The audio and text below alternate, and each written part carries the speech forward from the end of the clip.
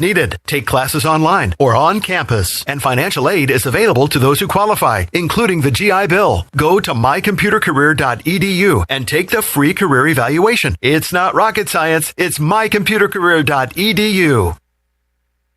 Baltimore Orioles baseball. As the pitch comes home and he swings and hammers this one deep down the left field line, and this is a fair ball. They're giving the wave around to Odor. The throw is coming home, and it is not in time. Cedric Mullins is able to score as Mullins comes in from first base on the back end, and the Orioles lead this one 5-0 on the 2-run double by Trey Mancini. Catch all the action right here on Pirate Radio, the voice of the Pirate Nation.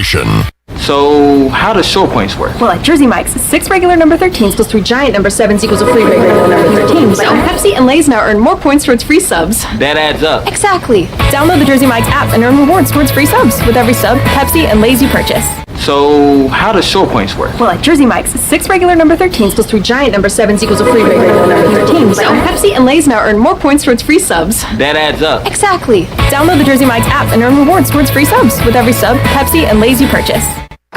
Welcome to US Cellular, where new and current customers choose any phone they want for free. Free? Even the one with 5G and lots of storage? Free. And the one with the latest everything? Free.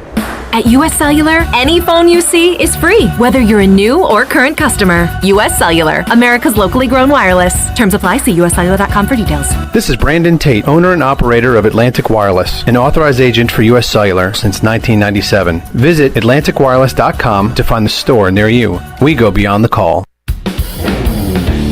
Your vehicle is a big part of your life. That's why you should trust the team at Greenville Auto World for all your vehicle needs. Greenville Auto World believes in fair prices, superior service, and treating customers right. Visit greenvilleautoworld.net to see their fully stocked inventory of SUVs, trucks, and cars. Need a lift kit, custom rims, or wheels? Greenville Auto World can upgrade your vehicle today. For sales or service, visit Greenville Auto World on Highway 43 in Greenville.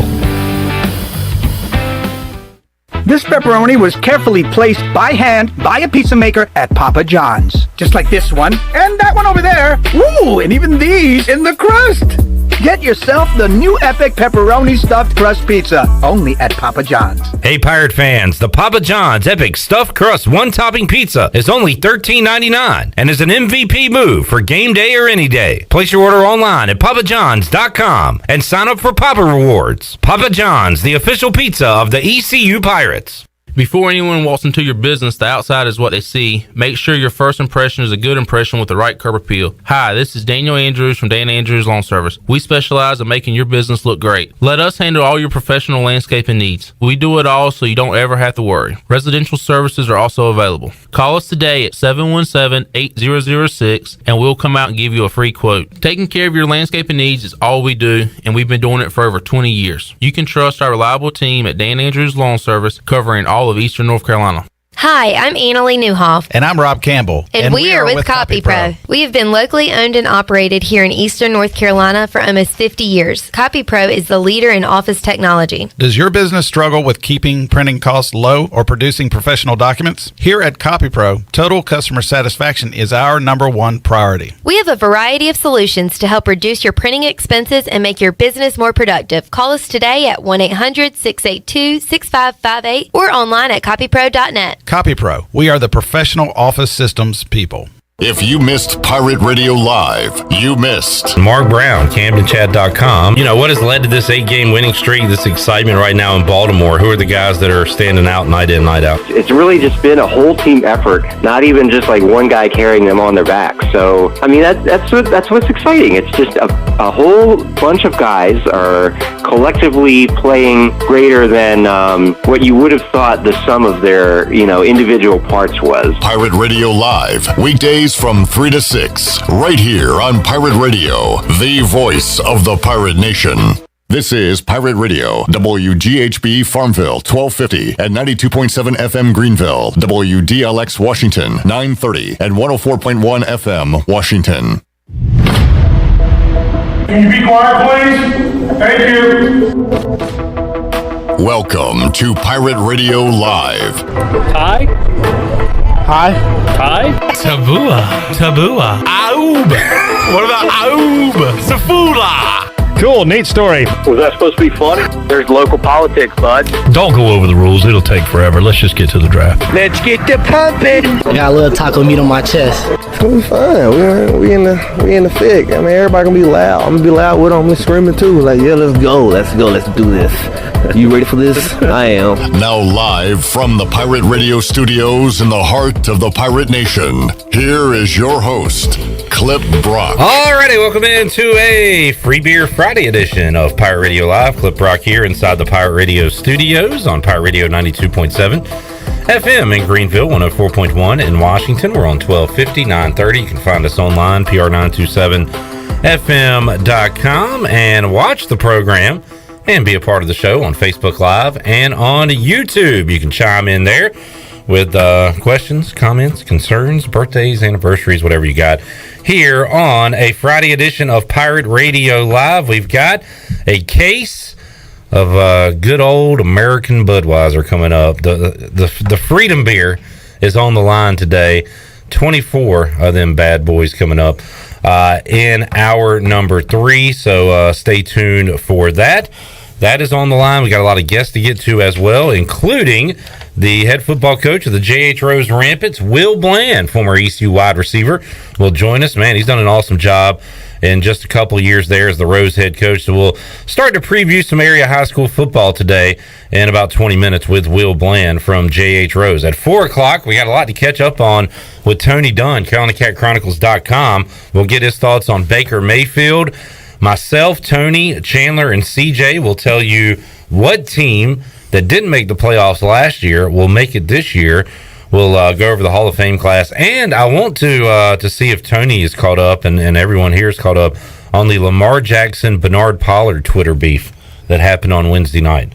It was good. There was some good stuff there.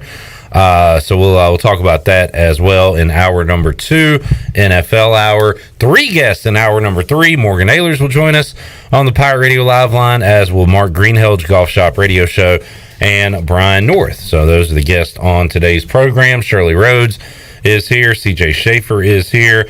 And Chandler Honeycutt is to my left. Hello, Chandler. What's up, Clipper? What's going on this beautiful Friday? Yeah, we got a lot going on, and we've got a great day of golf going on, or that has already gone on, with Harold Varner III. He was in trouble after round 1 on Thursday, but man, turned it around today. Went 5 under on the day, 4 under for the tournament, and he is in good shape. He's going to make the cut. Unfortunately, he is not really in contention because Cameron Smith set the course on fire today, went 8 under par in his round 2, and is sitting 13 under at the Open Championship. He is 2 shots up on Cameron Young, 4 shots up on Dustin Johnson and Rory McIlroy, 5 up on the number 1 golfer in the world, Scotty Scheffler.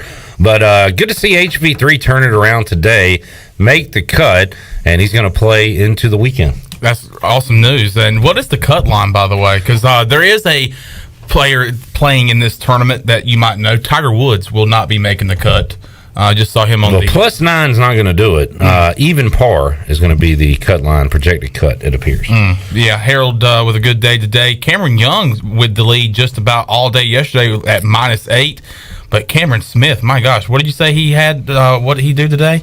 8 under. 8 64. Under, 13 under, and is in the lead. So 2 Camerons at the top of the leaderboard. Cam and Cam. If you had Mark Calcavecchia in your golf pool, rough one. 21 over par. Ouch. That's tough. Where's my guy John Daly? JD. I don't know. I haven't seen John Daly. He made an eagle putt today to put him at 1 under. Oh, nice. Okay. Well, let me slide on up the leaderboard here and see if I see him. Come on, JD. Come on, JD. Oh, no, I'm not. Got to be a faster way to do this. Can't I, search him or something? If you do Control F and look up John Daly. Yeah, we'll figure it out. All right, you're going to go a different route. So John Daly is even par. Oh, right on the cut line. Through 13. Is this being televised anywhere, Chandler? We've got to see John Daly on this television screen right now. That'd be cool if he could make a cut. Try the USA channel, USA Network, because it was on USA yesterday. Psych, one of my all-time favorite shows, was part of the USA Network. Psych. Yep, great show. And we'll see if that's on. All right, so congrats to HP3. He'll be playing on into the weekend. No MLB this afternoon, I believe, on the Buccaneer Music Hall scoreboard presented by Da Buck. Last night, the Braves beat your Nationals. Man, if we could play the Nationals every night, you'd be in good shape. Be in really, really good shape right now. How about Igo's Mariners? They continue on their hot streak. They are officially the hottest team in baseball, with more wins now in a row than the Orioles. But the Orioles will put their 10-game win streak on the line tonight when they take on the Rays. So the O's have won 10 in a row. The Mariners have won 11 straight games as they came back to win last night.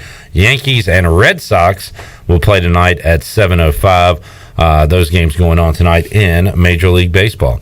Let's see. So anyone open MLB? Anything else to watch this weekend? Other than Chandler live, where are you going to be playing, Chandler? I'll be playing at Lakewood Country Club in Salemburg, North Carolina. Is that open to the public? It is open to the public if you want to go out there, but shockingly enough, no one goes out there to watch us play. But it is at Lakewood Country Club. The Lakewood Country Club member guest. I don't know how many this is that it makes for Lakewood Country Club, but I know my grandpa used to play back in the day. So my third year playing started in the COVID year. I was laid off from my job, so I played a lot of golf while I was laid off, and my buddy Tim White said, let's play in the member guest this year. You're playing a lot. You're getting a lot of practice in. So we did. We were in the third flight. We ended up winning that first year. Last year, we were in the second flight, got moved up a flight. No luck in that flight. And then this year, we're back in the third flight trying to get what's rightfully ours, and that is the third flight championship. Rightfully yours, you say. Mm-hmm. Shirley, USA Network, no golf, but there is a live sporting event on. Would you like to guess what that sporting event is? A summer event. It is not your typical basketball, baseball, football, hockey, golf. Cricket. Cornhole. No. It is not held in the United States. It is held in a different country. Cricket. No. Stop saying cricket. Ribbit. It rhymes with ricket. No, I'm kidding. It is the Tour de France. Tour de France. Oh yeah. They are bicycling over mountains and things of that nature for miles and miles and miles. Yeah. That's a brutal sport there. I guess unless you're pumped full of steroids like Lance Armstrong. Who would ever do such a thing? Lance Armstrong. Man, what a I don't know, what a dirty sport, or at least it has been in the past. Like, everybody that won got popped for something in the Tour de France, including our guy Lance Armstrong. All right, we found the coverage. There it is. All right, now show John Daly. Yeah, we'll see if we can. By the way, he is wearing Hooters pants today. All right. And on the bag for John Daly, can anybody guess who's on the bag for him? His son.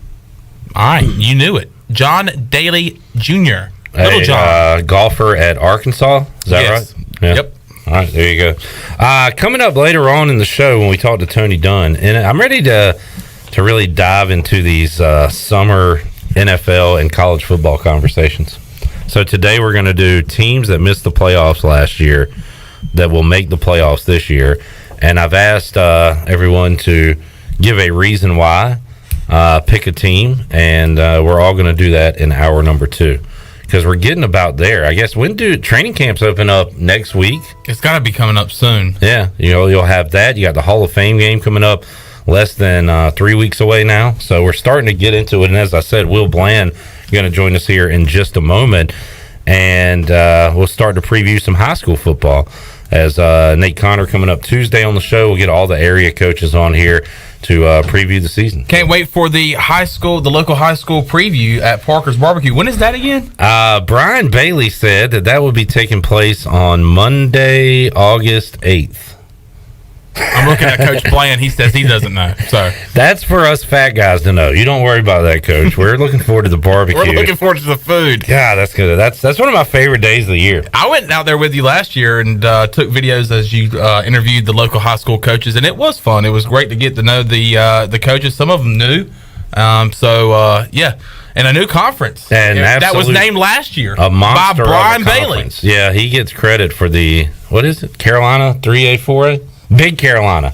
Big Carolina. Big Carolina 3A, 4A. Brian Bailey. And nobody else likes it other than Bailey. Just kidding. It's a fine name. It's a cool name. It is a beast of a conference, though. And we'll talk about that more when Coach Bland joins us in just a few minutes. So there's the setup for this Friday show.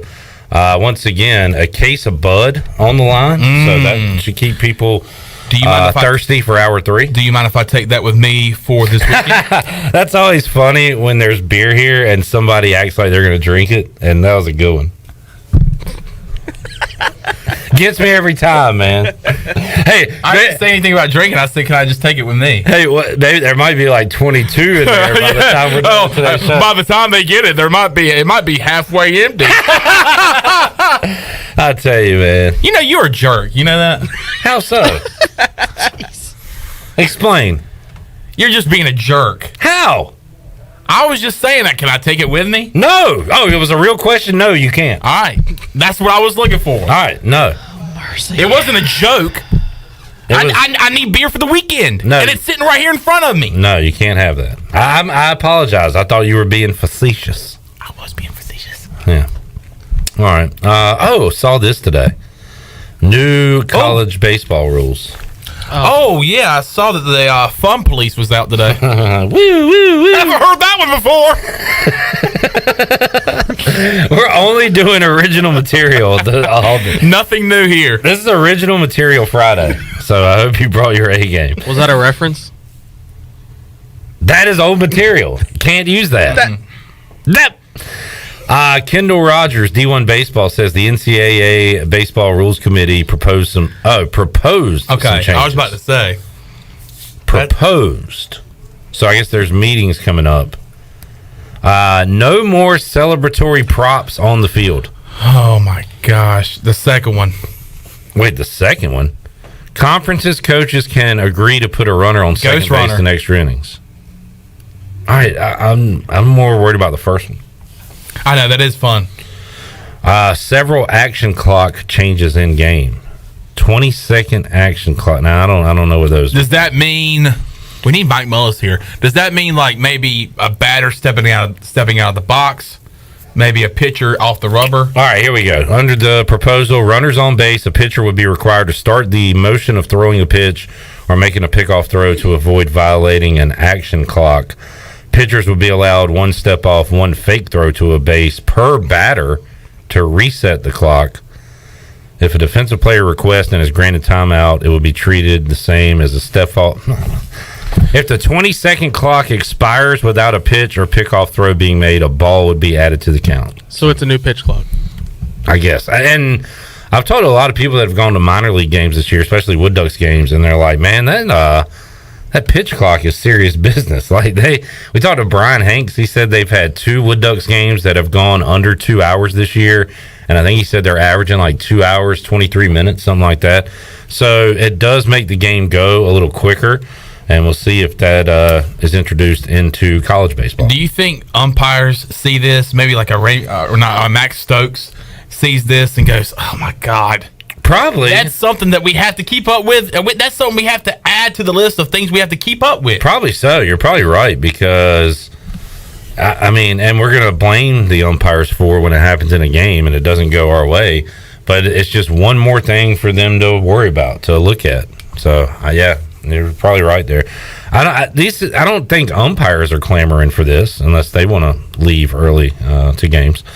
But how about no props on the field 2023? That's going to be, and it's not going to settle well with a lot of fan bases in college baseball, but definitely here in Greenville because a lot of ECU fans live for, in the past it was the birdhouse. I live for that. And I mean, you take that away, I'm dying. I'm dead. Yeah, so they love that. They live for it. Some people go out to an ECU baseball game to say, I hope there's a home run so we can see the birdhouse. I mainline it in my veins. I mean, you think about the kids. The kids. Nobody thinks about the kids. No one thinks about the kids. They go out there. Some Little League baseball teams have got their own birdhouses or props and stuff. It's a part of college baseball. Why take it away? It's all about the fun. But here comes the fun police. They want to take it away from you. Yeah. That fun police is called the NCAA. That they are. And so this year we were riding on stick horses. JJC was riding on a stick horse. There was a sledgehammer. The Captain Jack Sparrow wig. They had that. That was cool. There was a cowboy hat for a while.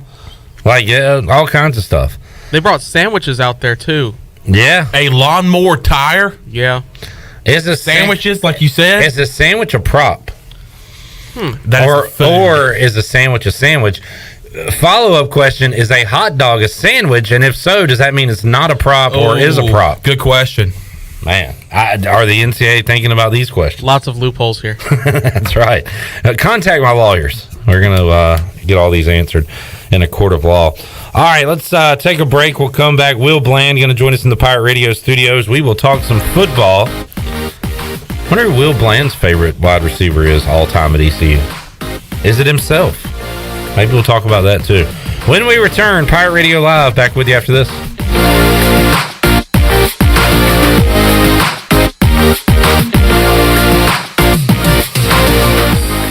Do you need custom t-shirts, apparel, or promotional items for your business, organization, or event? Keep it local. Print it local with University Sportswear. University Sportswear ENC.com is your one-stop shop for all promotional products for your business. With over 1 million items to shop from, University Sportswear ENC.com offers high-quality products at prices to fit any budget. Visit University Sportswear ENC.com for contact information and to get shopping. University Sportswear ENC.com, the official sportswear provider of Pirate Radio.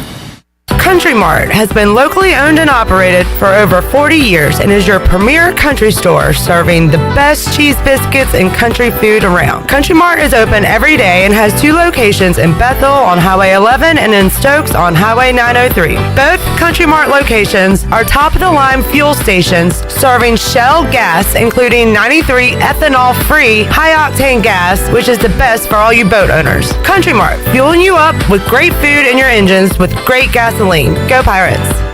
I can't think of anyone who doesn't love a clean car, but how often do you actually go to the car wash? Does it take too long, or maybe it's just not a very nice place? Tommy's Express changes everything. Our wash is bright, inviting, clean, and fast. I love the black conveyor belt. So easy to pull onto, much smoother ride, and safer for my car. And when you join Tommy Club, you can wash as often as you like for one low monthly price. I save money and time. We're Tommy's Express. At the corner of Greenville Boulevard and Red Banks Road, Greenville.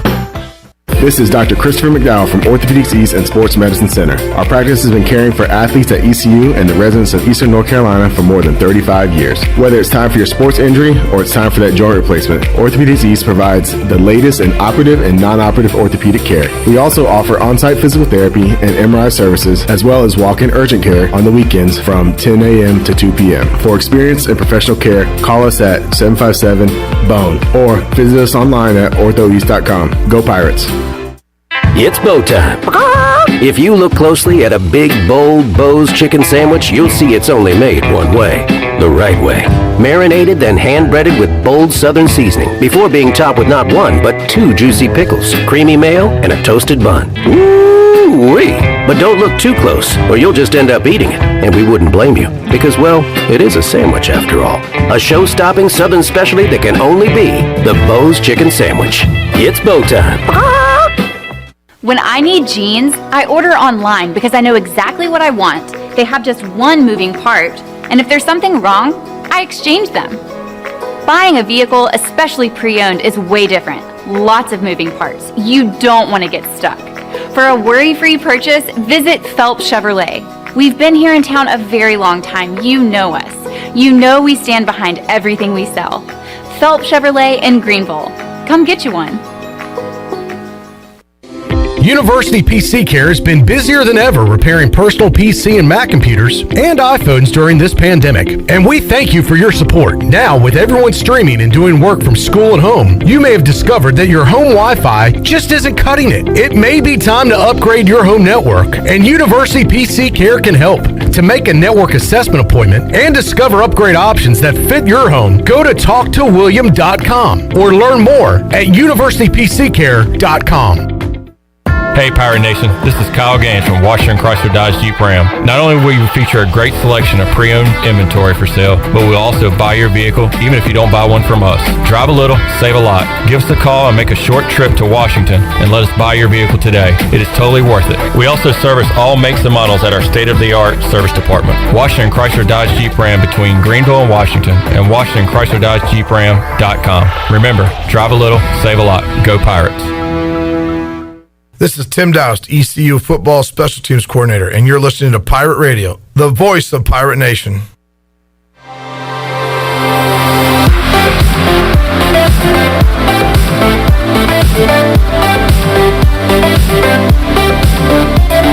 You're listening to Hour 1 of Pirate Radio Live. Do you need custom t-shirts, apparel, or promotional items for your business, organization, or event? Keep it local. Print it local with University Sportswear. Contact them today at universitysportswearenc.com. Now, back to the show. Welcome back. Vacation spots are right here in our very own backyard. Take a trip to a state park and enjoy traditional camping, RV space, and also air-conditioned cabins that can be rented with Wi-Fi.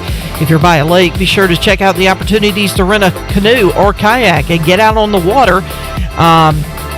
Your next adventure is right around the corner. For more information, please visit ncstateparks.gov. Now let's head back into PRL. Here's Clip Brock. All right, back with you on a Friday. Looking forward to some Fridays in August when they'll be playing some football here across the state, across the country, and we'll talk about what's going on here in Eastern North Carolina each and every Friday. Looking forward to some area football, and Will Bland is the head football coach of the J.H. Rose Rampants. He joins us here in the Pirate Radio studios. And Coach, appreciate you coming on. How you doing, man? I'm doing pretty good. You know, I'm about to get ready to get back to it. We get to start back again Monday, so very exciting. We also have the Titan football camp all next week from 9 to 12. So we got any young guys that want to come out there and try to get better, get the craft better. You're more than welcome to come out there. So are you're going to be a part of that? Oh, yeah. We're gonna help them out a little bit. We're going to have some of our guys out there volunteering. Nice. So they can come out there and play some football, enjoy their time out there,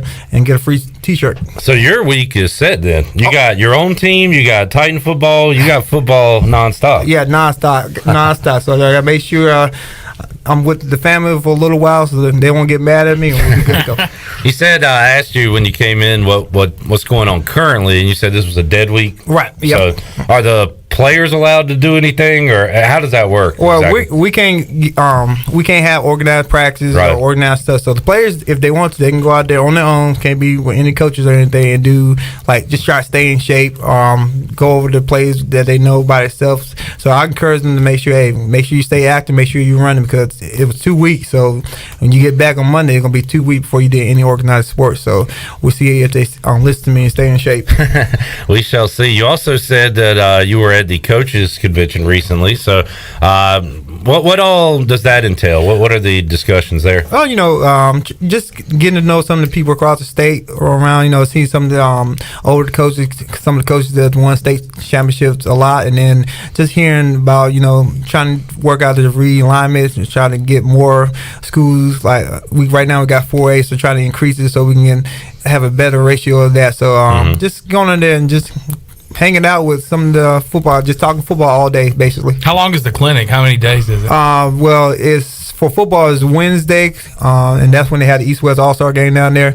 But I went up on Sunday so I can enjoy my time. There you go. Will Bland joining us, and Will, tough conference that you're in right now, although it wasn't that tough for you guys last year. Nah, I wouldn't put it that way. No, it wasn't. But man, a great year for J.H. Rose, which had a long run in the playoffs there as well. So coming off of last year, before we get to this year, let's talk last year, Coach, and how productive a year that was for you guys. It was, and you just got to give credit to the kids, how they buckled down when we started 0-3. A lot of teams typically jump off the ship and just throw the season down the drain. But our kids fought back, got their first win on the belt against Southwest, and then they continued to play hard through the rest of the season. And I think when we got to the playoff, we started rolling and was able to use that momentum to beat some really good teams all the way up to the state championship game. When you look at the personnel who's coming back this year, how many guys do you have returning from that team a year ago? We got majority of the team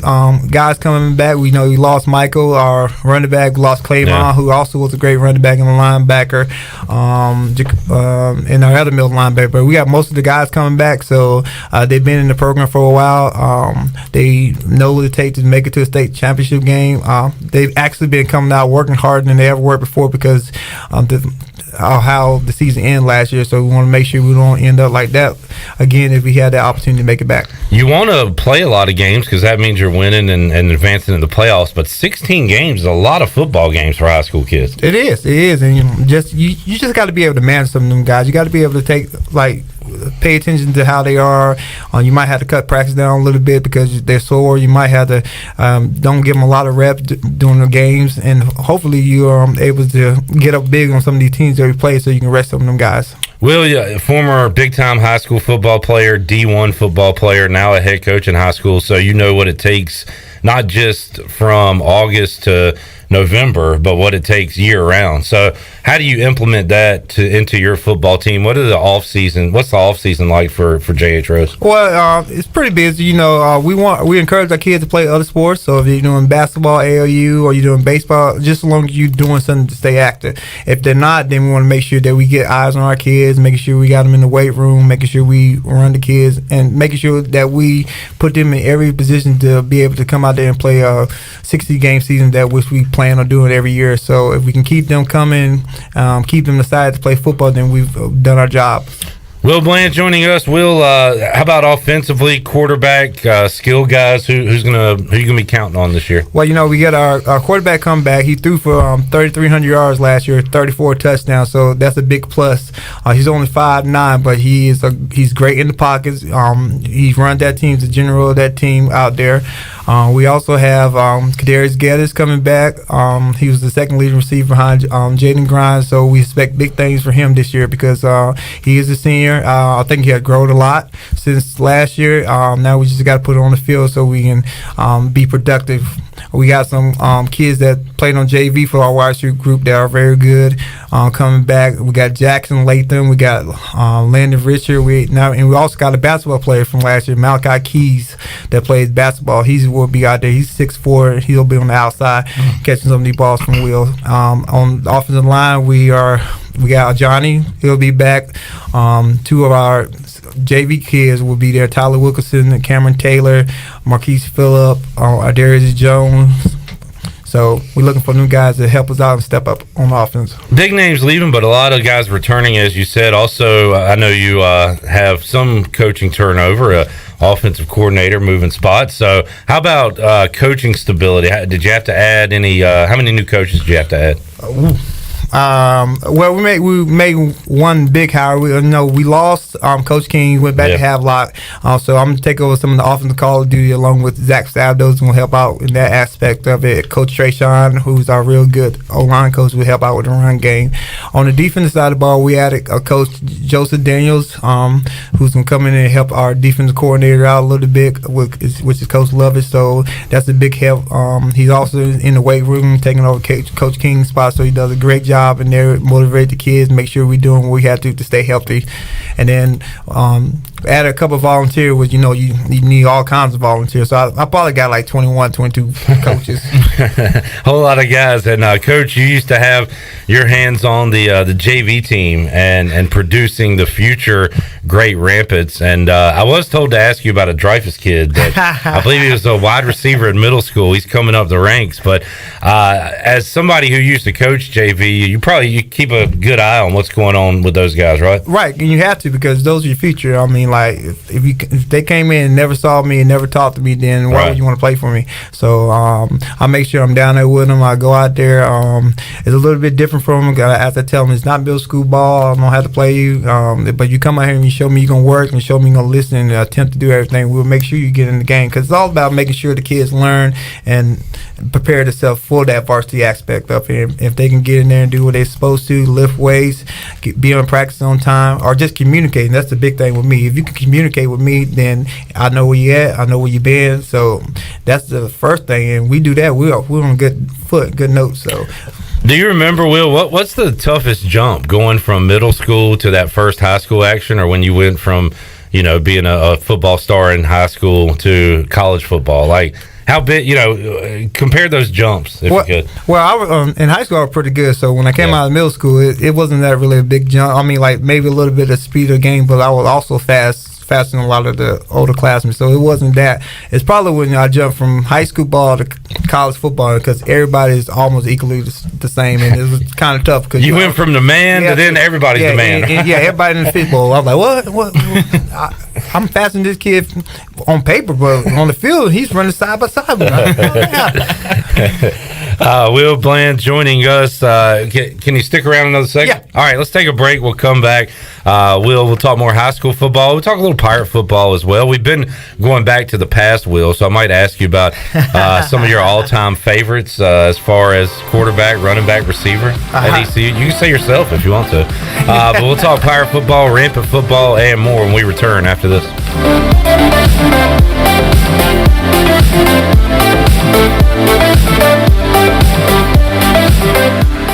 Hey Chandler, what are you up to tonight? Jenny, it's Tuesday, and I'm going to go sing with DJ Captain Morgan for karaoke at The Buck. Well, that sounds like fun. I have to work. Well, what are you up to this weekend? Well, believe it or not, I'm going to go listen to some live music Friday and Saturday night at The Buck. Live music all weekend long, really? Yep, all weekend, and they also have the biggest high-definition screen to watch all the sporting events on Sunday Fun Day. I'm going to have to go check that out. Yeah, just check out The Buck on Facebook or Instagram for all the information. The Buck. Light beer, Bud Light, is also the official beer of the ECU Pirates. When planning your fun times at the pool, river, beach, or backyard grilling, be sure to pick up some Bud Light at your favorite retailer. Bud Light carefully brews their beer to be perfect for anywhere there is fun, because when there's fun, Bud Light is there. Have fun this summer, Pirate Nation, and always stay in the game and drink responsibly. Bud Light, the official beer of the ECU Pirates, and proudly distributed by Carolina Eagle Distributing since 1989.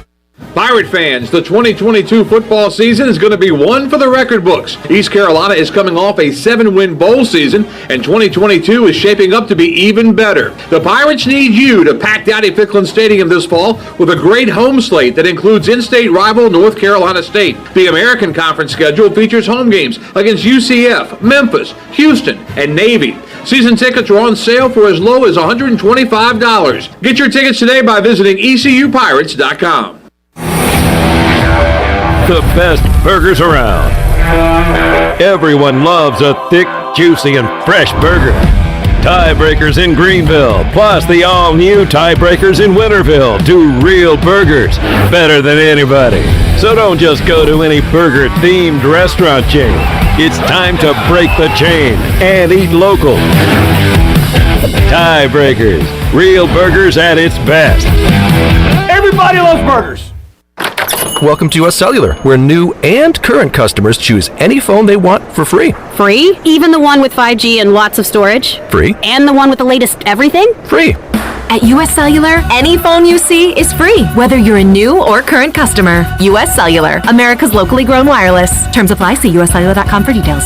We all love using Uber Eats, DoorDash, and grocery pickup. It makes life so much easier. Well, now there is cellular delivery, and the team at Cellular Warehouse has perfected the process. They will deliver your new phone right to your door with all your information loaded on the new phone, and the best thing is there is no charge for this awesome service. And you don't have to waste half the day sitting in a cellular store. Call Toby Williams today at 252-799-7051 and let his team of experts make your cellular delivery today. Cellular Warehouse, your local U.S. Cellular authorized agent, serving all of Eastern North Carolina.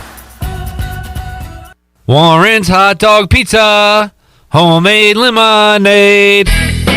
Hey, Pirate Nation, Warren's now has 2 locations. In Greenville, across from Ron Ayers Motorsports, and the Chocowinity location next to the fire department. Stop in today for hot dogs, pizza, subs, apple and peach turnovers, homemade lemonade, and breakfast in Chocowinity featuring homemade cheese, ham and chicken biscuits, plus sausage dogs and more. Warren's Hot Dogs. Want some? Get some. Go Pirates!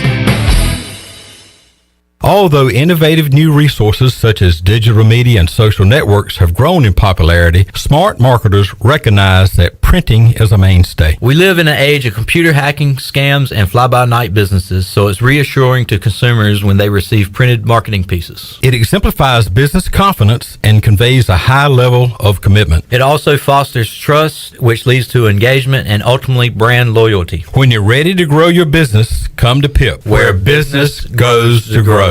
Pirate Radio. Go Pirates! Go Pirates! Arr!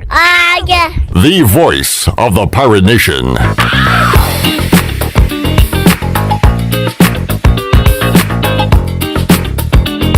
You're listening to Hour 1 of Pirate Radio Live. Do you need custom t-shirts, apparel, or promotional items for your business, organization, or event? Keep it local. Print it local with University Sportswear. Contact them today at universitysportswearenc.com. Now, back to the show. Welcome back. Hey, need some beer for the weekend? The Jarvis Street Bottle Shop near Christie's Europub is a specialty shop selling craft, domestic, and import brews, along with wine and growlers. The Bottle Shop offers monthly beer and wine tastings featuring rotating North Carolina craft breweries, along with live music and discounts. Stop by Tuesday through Sunday or check out the Jarvis Street Bottle Shop on Instagram, Twitter, and Facebook. Now let's head back in to Pirate Radio Live. Here's your host, Clip Brock. All right, back with you, Pirate Radio Live here on a Friday. Will Bland joining us, talking a lot of offense. In fact, too much offense. You got to give some love to your defense, Coach. Well, you know, I just said that earlier about we got to give some, because them guys that we need them to stop somebody so we can get the ball back. So, I'm very pleased with how they progressed last year, and we got a couple guys come back on the back end. You got Jarcier, he's be on that corner. We picked up some kids from the transfer portal, so we're gonna have Brandon Sanders. He'll be out there helping out. Nazir Nixon does a great job. Jameer Roach is he'll be a junior. He's the starting safety for us last year, so I expect big things for him back in the back. Linebackers, Henry Waters, we got to replace them 2 Giants ones that we just lost with Clayvon and JJ, but I think Henry's going to do a great job, and we're looking for the other ones to step up a little bit. Hopefully, he'll step up as the season progresses, as we get ready for the season. And on the line, you got AJ, you got Jakeem Blunt, Delmer Smith, we got Jordan Gardner, who's from the transfer portal. So I think our defense is going to be a very bright spot for us this year, and I just see them just getting better and being able to help us with some of the tough games that we got to play in the conference. We see it every game on Saturday in college football. Wide open offenses, scores in the 40s, 50s, 60s, sometimes 70s. It has crept into the NFL with all these 3 and 4 wide sets, shotgun formation. And now high school football, kids are throwing probably more than they ever have, especially when you play the 3A, 4A teams like you do, Coach. So how tough is it in 2022 to stop somebody on a Friday night? That was real tough because the thing is you want to get your best player in space again. So what's the best way to get them is put in the 5-wide set where you got a mismatch at the linebackers on a running back, or maybe a linebackers on one of your best receivers, and just give that guy the ball and let him do what he do in the space. So if you got the athletes on defense that can match up with them speeds wise, or if you able to put pressure on that quarterback, because my philosophy is I don't care how good you are as a quarterback, but you got 6 people bearing down on you, something's got to give. Is it so when guys go out, everybody wants to be quarterback, wide receiver, be the star, right? Yeah. Do you have to tell the guy, all right, you're a DB, you're on the other side, and or how many guys go out there wanting to make the hit, wanting to be the DB? You know what I mean? Right. It's a funny thing because right now you deal with the kids. Hey, coach, I'm a wide receiver, throwing the ball.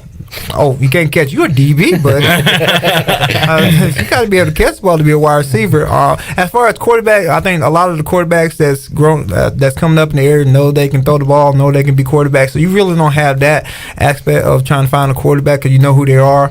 I think the biggest one is probably running backs and linebackers. I'm a running back. Okay, well, let's see what you can do with the ball in your hand. If not, you're a linebacker. Right. So that's really it doesn't affect us that much. You just got to be able to evaluate each player you got out there. How many positions did you play in high school? Were you all receiver, or did you do other stuff? No, so in high school I only played quarterback, and I was reserve DB, and I was pretty good at DB. But since I was a quarterback, they didn't put me back there only when they needed me. And then when I got to college, I got moved from quarterback to receiver. But I didn't like playing defense, 'cause I didn't like to hit nobody. We've had a good history of high school quarterbacks playing receiver, tight end at East Carolina. We talked about Devon Drew just yesterday. Great quarterback at New Bern during his days. And I was looking at, because we've been talking a lot about the past. We've been previewing ECU position groups and also bringing up our old favorites. And my most underrated quarterback, and really one of my favorites, it was great to catch up with him during the pandemic for the first time in a while, but James Pinckney is still training quarterbacks, and he is one of my all-time favorites, Will. And just, if he could have had maybe a little more protection, he might have had, he might be on the top of the list for ECU QBs, but man, he could sling it. He could. And we came in together. Matter of fact, we came in the same class, and that's one of the reasons I moved, because he was there. So, but he's a great friend. We did a lot together out there. I mean, he had to learn how, because he had an arm. He had a rocket arm, and sometimes, like, we run 10-yard routes, he would try to kill us with the football. Like, JP, we standing right here in front of you. You ain't got to throw that hard. But he was a great competitor. I mean, never complained. Just went out there and did his job. He took some shots over the years as the quarterback guy, but he always came back and stood up and kept fighting. So that's the biggest thing about it. And when you, as a receiver, when your teammates see that, you're like, man, I want to go play for this guy, right? All right. I told him, throw me the ball. Look at that stat. Will Bland in 2004 had a 100% completion percentage. That's right. 1 for 1. I keep telling him. For 33 yards. That's it. It was against NC State, too. Oh, no. Was that the game in Charlotte? All gold jersey. Oh, dear. You still got your gold jersey? No, they didn't give him that jersey. They burned him. I don't know what they did. I think the players took him. Somebody took mine. Somebody took his jersey. I was at that game. That didn't go well. No, it did not. Another player with a 100% completion percentage, Chris Johnson, 1 for 1. I wanted to ask about him, too. So that was Chris Johnson's freshman year? So that was 2004. Year, yep. I mean, we didn't see it. We knew he was a good player, great player, but nobody saw his senior year coming. Did you see anything special in him his freshman year? No, we knew it. So when he came in and I think the first practice, and he took off around the corner, and once he turned his shoulder, he was gone. We were like, oh yeah, somebody gonna lose their job. But he was great. Like I said, he was just like JP. He's a hard worker. I don't think that he really put in all the effort until he became a senior. And some of his real close teammates got in the league, and that's when he decided, hey, I need to go get bigger, bulk up a little bit. And on top of that, he bulked up and still kept the same speed that he was running with. So he's a great guy. I love him to death. So he did incredible things in the NFL. So that's just hats off to what he did at ECU. Will, Eastern North Carolina guy, former Pirate. You've been around, so you know what's going on with Pirate football. If you could have called a pass from a former Pirate quarterback, you can pick one. Who would be your QB? Other than James Pinckney. I probably would say Shane. Okay. I thought being that offense? Hey, he's gonna find you, and he was just unbelievable. The way he read defense, the way he was able to distribute the ball to some of his guys, that way he took over command of the game, and the way he trusted the receivers. So my guy would probably be Shane. Now JP was great, but and he had a great relationship with Lincoln Riley and his teammates as well. Justin Hardy, Bryce Williams, those guys. And that's part of it too, knowing, kind of being one with the quarterback. And I know now that you're back to calling plays, you want to be that way with your QB. That's right. Yeah, you want to make sure that he knows exactly what you're thinking. Also, I mean, like sitting down with him, going on the field. And I got a great quarterback coach in Zach Saldo who's going to help out. But we need to be on the same page. We need to know what's comfortable for him, what he likes, what the team, what if he likes something, that we're able to run it with the team aspect of it. So he does a great job. He talks to us, he communicates with us, and like I say, I think he's gonna have a real good year this year. Will, how much has football, what happens on the field, changed in the last 22 years, I guess, since you were playing high school football on to D1 football? What's different about the game now? A lot has changed far as a lot of the trash talking stuff, I think we have like cleaning up a lot because some of the kids can't do this, kid can't say something to the other kids. Back when we played, we're gonna talk a lot. Well, I think a lot of kids these days get the feeling hurt a little bit. Going, you're talking about me, so now we gotta nip that in the bud. But if you can get a team that's very physical and can do it without saying stuff, then I think you got a real good ball team right there. Because then you can intimidate somebody before they even get on the field and play. Is that something that officials look at now and will flag you quick for it? Flag you quick and throw you out the game. Did that happen with y'all last year? Or? Nah, yeah, we didn't have that. Now, it happened on our JV team one time. Somebody said a word and got kicked out of the game. Hey, it happens. It happens. Also, I guess the player safety, how much have we seen that aspect change in high school football? I think it's changed for the best. I mean, are there targeting rules in high school? It's not a targeting rule, but it is personal foul. Like helmet to helmet. Yeah, helmet to helmet. Yeah. So they will call that, but you can't kick them out. They just 15-yard penalty. Right. Pick your head up because we don't want because roads have a couple years ago we had an incident here, right. So we were real cautious that roads about that. If somebody got a head injury, we're gonna pull them out. We're gonna make sure we do everything we can possibly before we put you back in the game. If that means we gotta take your helmet away from you, we're gonna take it away from right. you. So when I was a senior in high school, they had started really kind of getting down on tackling and stuff. They implemented the tackling circuits, and I remember when we first started practice.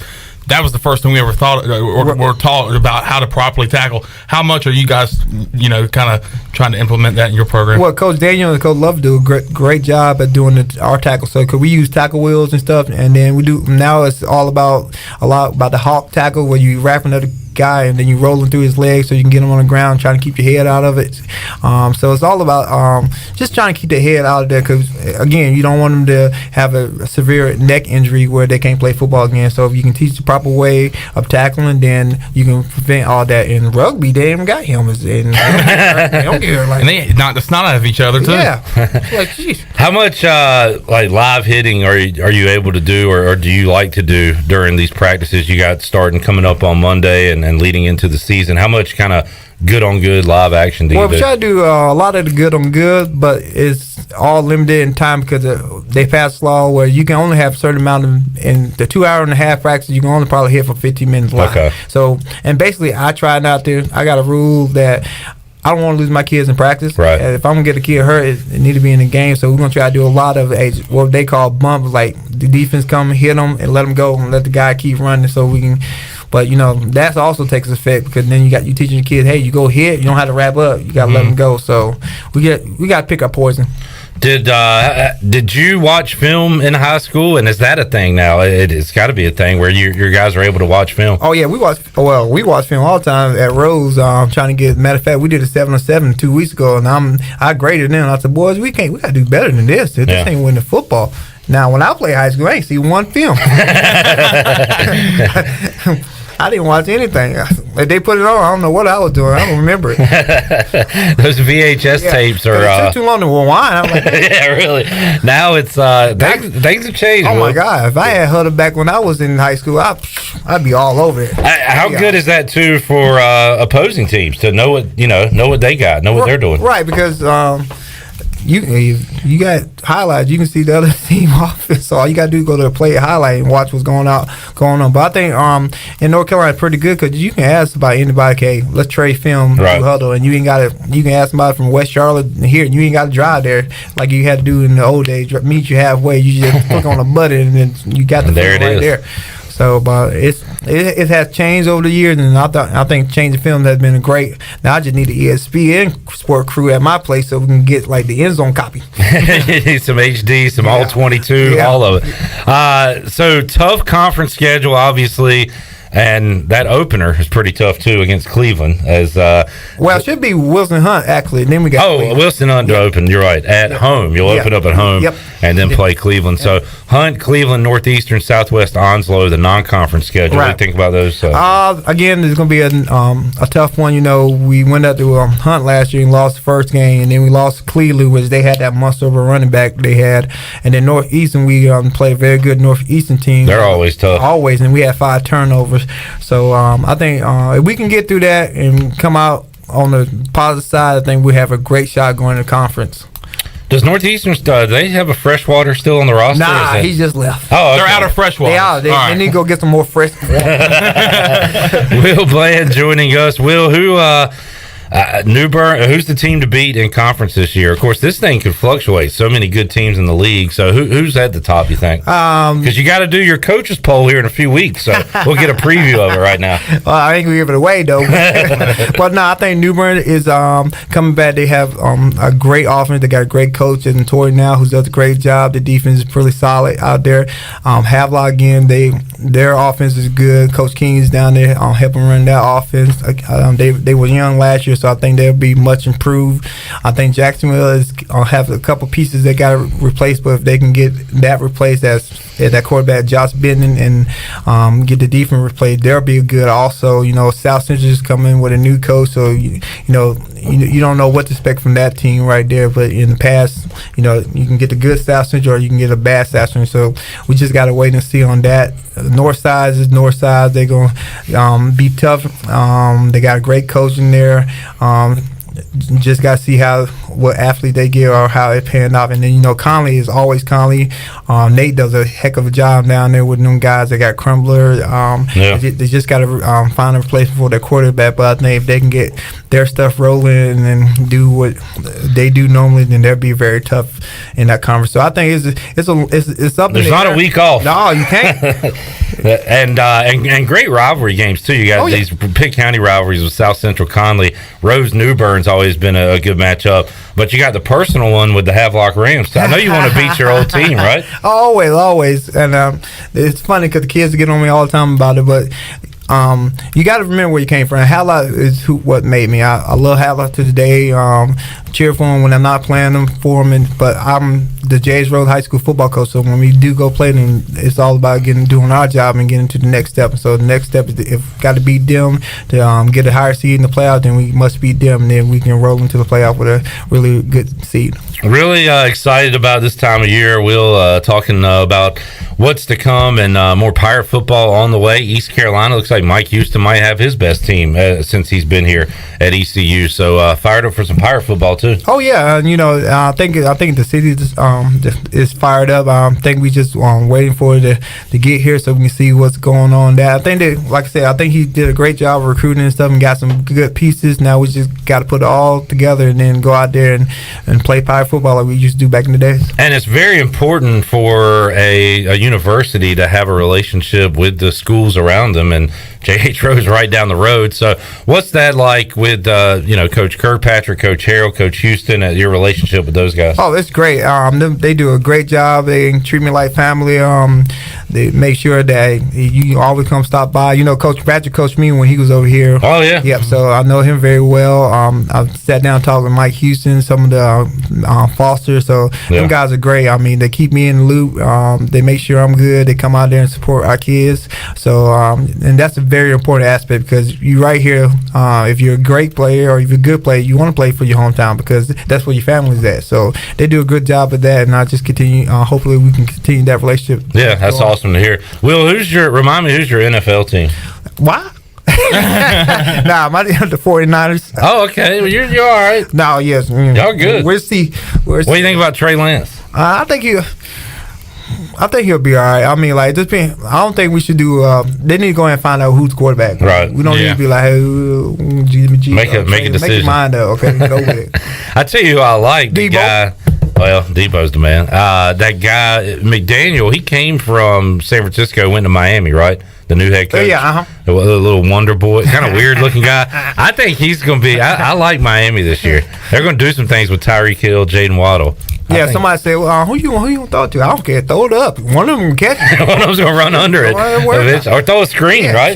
Give him a screen. The Niners, though, that's a tough division. You got the Super Bowl champions. You got Kyler Murray sitting out there. Seahawks look like they're rebuilding, but that's a tough division. It is. And I think if we can go in there and get some stuff right and stick to our guns, because The 49ers got a great run game. They're going to run the ball. But when you throw the ball, we got connect. We can't miss wide open guys. We don't throw the ball that much. When you watch your team, hey, I mean, you sound like one of us. Like, getting that, like, do you watch it as a super fan or as a coach? Like, are you breaking it down, or you like just say catch the ball? That's all, I think it's as a fan, because I don't want. If I were coach, I'd be mad. But like, you ran the road. Why in the world? Get him out. Get him out.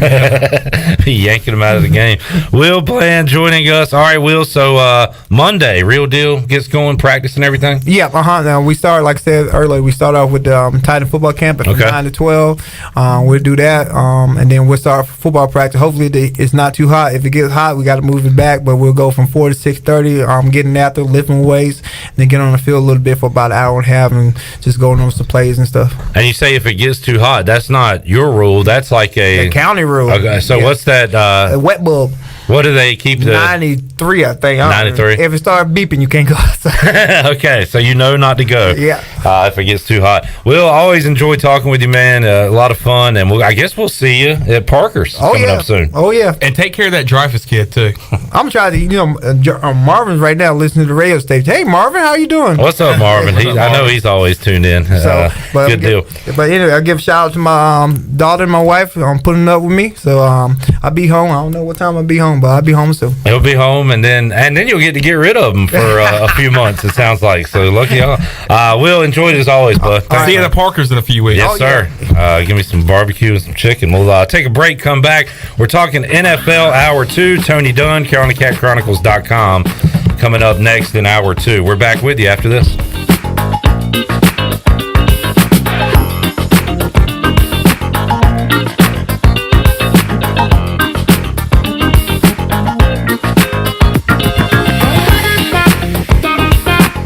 So, how does short points work? Well, like Jersey Mike's, 6 regular number 13s plus 3 giant number 7s equals a free regular number 13. So, Pepsi and Lay's now earn more points towards free subs. That adds up. Exactly. Download the Jersey Mike's app and earn rewards towards free subs with every sub, Pepsi, and Lay's you purchase. So, how does short points work? Well, like Jersey Mike's, 6 regular number 13s plus 3 giant number 7s equals a free regular number 13. So, Pepsi and Lay's now earn more points towards free subs. That adds up. Exactly. Download the Jersey Mike's app and earn rewards towards free subs with every sub, Pepsi, and Lay's you purchase. Let's party, Pirate Nation! The Pirate Radio Football Kickoff Party is approaching fast, and tickets are on sale right now for only $10. 100% of the ticket sales will be donated to local charities. Join Pirate Radio Thursday, September 1st at the State Theater in downtown Greenville, featuring 80s music by The Breakfast Club, plus many more special surprises. Go to pr927fm.com now to get your tickets before it sells out.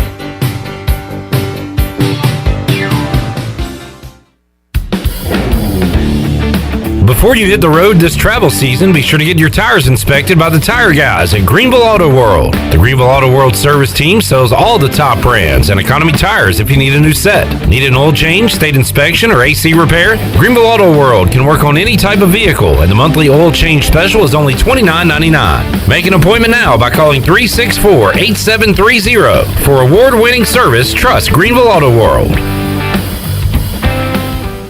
This is Mark Washington with Max Sports Performance at Max Fitness. Our facility has reopened and is following all safety protocols. The best thing you can do to strengthen your immune system is, of course, to work out and exercise on a regular basis. I can assist you as your performance coach. You can also enjoy the benefits of a private facility. Avoid the crowds and work out at Max Fitness. Now is the time to get healthy. Max Fitness, just off Highway 43 in the old Ace Hardware building behind Speedway in Greenville. Call me, Mark Washington, 902-4877. You've worked hard to make your business successful, and that's why it's really important to always have a bank that's in your corner when you need them. This is Chris Richards from First Bank, and our experienced team of local bankers includes Lee Watson, Ashley Capps, Bonner Latham, Josh Hooten, and Heath Nisbet. To get the business services that are right for your business, come and see one of our experienced team members at First Bank on Arlington Boulevard in Greenville. First Bank, together with our customers, we're creating a world where individuals and communities thrive. Member FDIC. The Rick House is Eastern North Carolina's premier American-style restaurant and bourbon bar with daily specials. And here's the lineup. Mondays feature $7 margaritas and half-price appetizers. Tuesday is stuffed seafood night. Wednesday is date night. Thursday is roasted smoked lamb chop night. Fridays is prime rib night. And Saturday is Italian night and is also Fred and Wilma night with our 36-ounce bone-in tomahawk steak just like the Flintstones. And on Sunday, it's our legendary brunch from 10 to 2. The Rick House, American Provisions and Spirits, 710 Red Banks Road beside the bowling alley in Greenville. This isn't your regular cola, so this isn't your regular cola ad. No beach parties or family barbecues here, just Nitro Pepsi, the first cola ever infused with nitrogen. So forget everything you thought you knew about soda, because that nitrogen gives us a whole new experience. Think an infusion of smaller bubbles for a cola that's got a lighter, smoother texture. And don't get me started on the pour. You don't pour this like any other cola. We're talking turn the can completely upside down and watch as those bubbles cascade into the glass to create a frothy, luxurious foam topping. Can your cola do that? I didn't think so. Unless you've got your own Nitro Pepsi, in which case cheers to your great taste. Because you already know that the only thing better than the pour is the unapologetic cola taste. What else is there to say? From the creamy foam to the smooth texture to its unbelievably delicious flavor, this is cola like you've never had it before. Time to bring your taste buds to the next frontier. New Nitro Pepsi. Smooth, creamy, delicious. This is Pirate Radio, WGHB Farmville, 1250 and 92.7 FM Greenville, WDLX Washington, 930 and 104.1 FM Washington.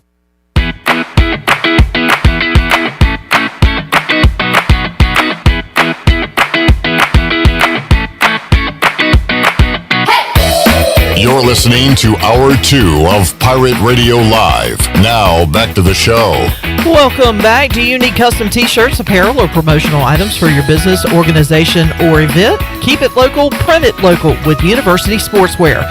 Contact them today at universitysportswearenc.com, the official sportswear provider of Pirate Radio. Now, let's head back into PRL. Here's Clip Brock. Back with you on Pirate Radio Live here on a free beer Friday. Got 24 bricks for you. Some Bud Weiser. Where I'm from, we call that a suitcase. Freedom beer, where you are free to drink this beer. This is the only beer available to those 21 and under. Hey, freedom. That was the joke. You cannot drink this. Freedom. Let it ring. Let it ring, my friend. Shirley, I thought it was funny yesterday that I talked about how I went by my grandma's and she said how nice and sweet you were. And then it was not an hour and a half later, you're saying the F word live on the radio. Oh. I mean, seriously. By the way, have you guys heard the news? All future Shirley days have been canceled.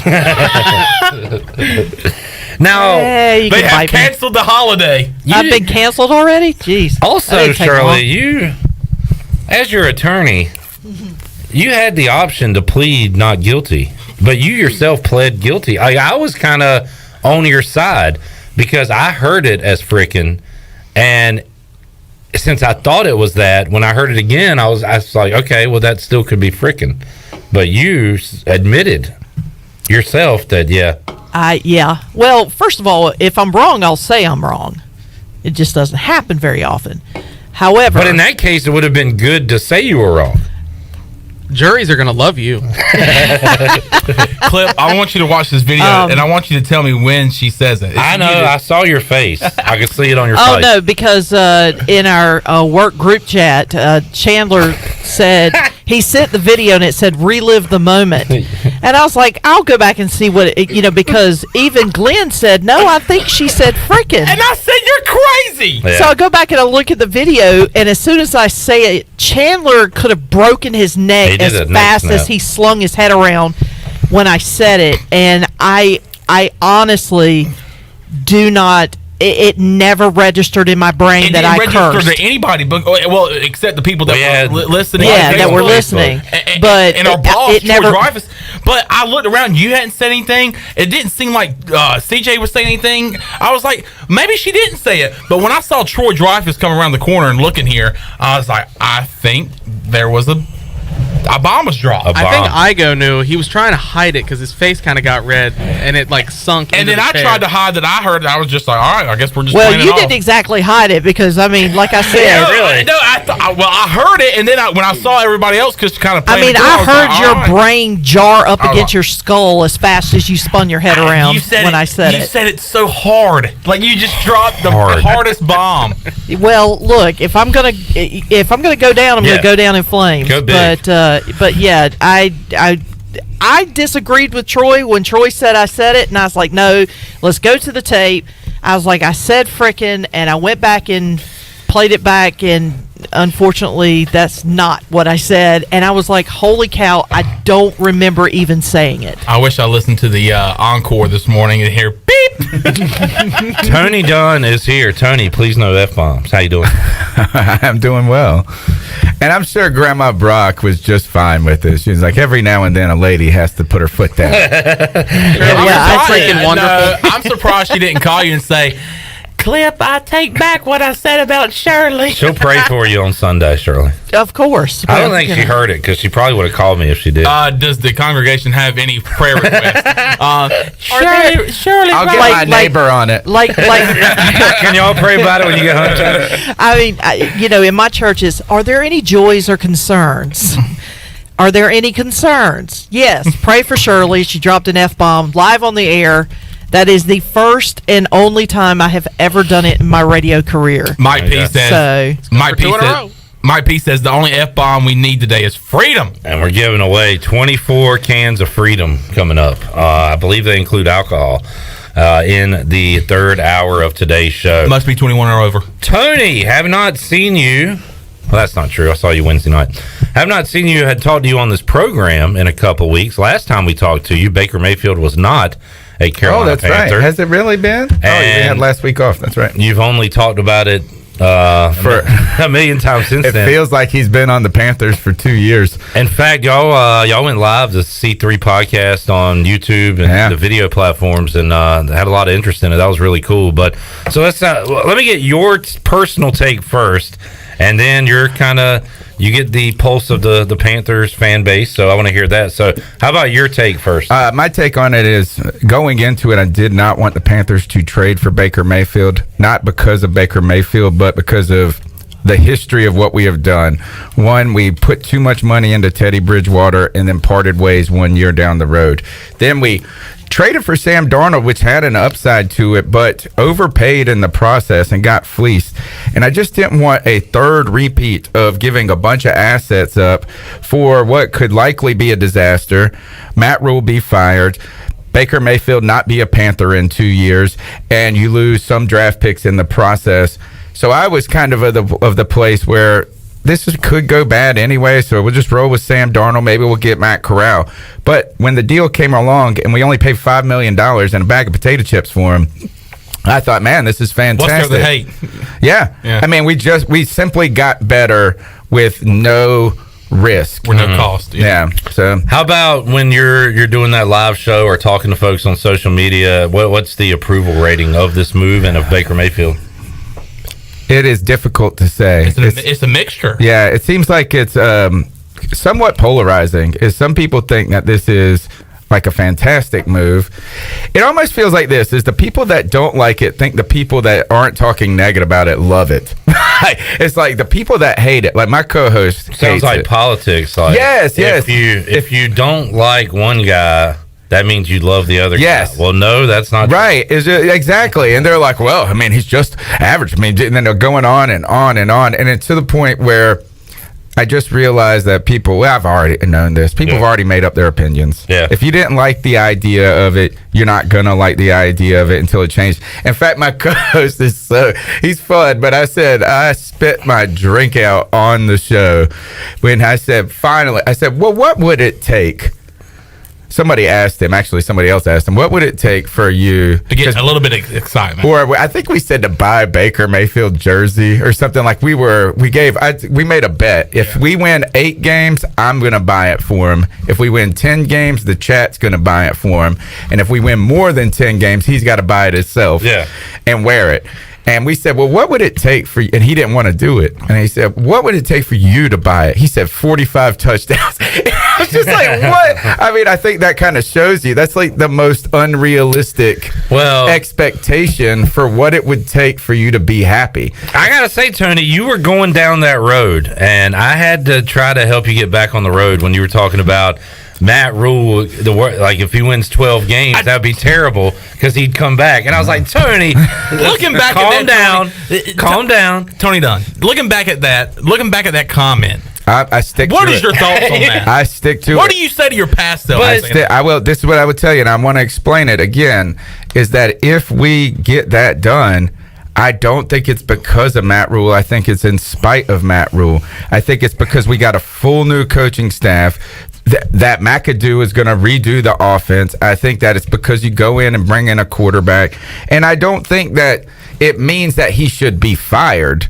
I just don't think all of a sudden it should just negate some of the question marks. Yes. Yeah. Okay, you are able to enjoy other things and be optimistic about other things. I think there's some people that just get that black cloud, and it's happened to me as a Washington fan over the years, where no matter what they do, you find the negative in it rather than be positive. Yeah, and I am not in that. Is that if we win 7 games, I'm going to be super happy.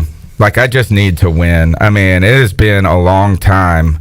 I mean, and I'm not complaining because I know a lot of other fan bases have been through a lot worse.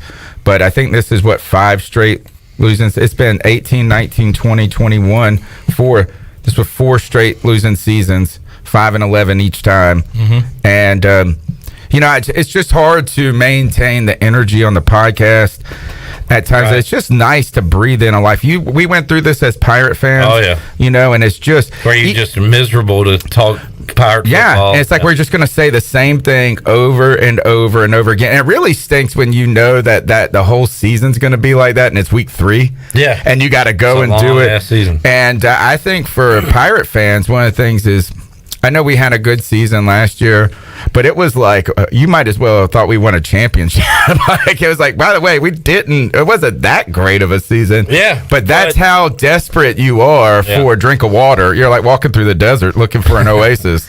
Tony Dunn, CountyCatChronicles.com. Training camp, Tony. When do we get underway? Oh, 2 weeks exactly from Wednesday, or not this Wednesday, the following Wednesday. First day, 27th, I believe. Okay. That's Spartanburg Heat.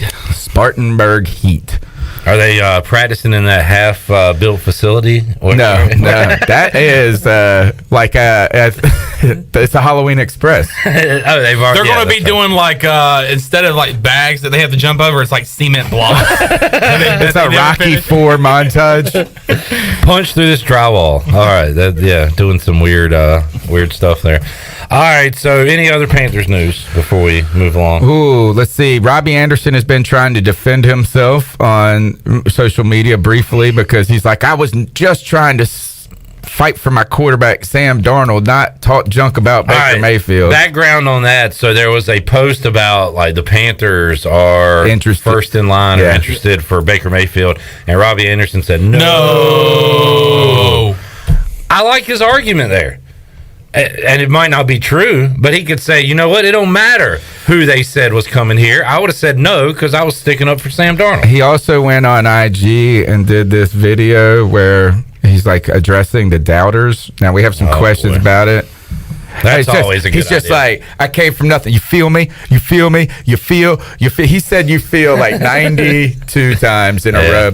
But one of the things that I was interested in about it is, is he sensitive? Maybe. Yeah. Who I am. I get defensive. I get sensitive. So, I mean, I'm not going to, jump on him for that. Is this because of the fan noise? Is he paying attention to fan noise, which we assume, right? Because the fans will turn on you quick. You drop 6 balls, you're like, oh, and he's dead to me. And it's tough. He's very active on Twitter. Yeah. It's tough to get back in fans' good graces, too. But we had a little bit on the podcast about this could this be frustration in the background with maybe the organization being tired with, is maybe they're not believing because all of a sudden we see stories. Maybe it's not one thing.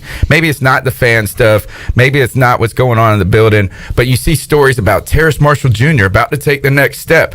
Panthers could trade Robbie Anderson, and the media is manufacturing things, and so I wonder if it is just fans chirping in his timeline or a little bit more. But maybe we get a motivated Robbie Anderson with a Baker Mayfield, an improved offensive line.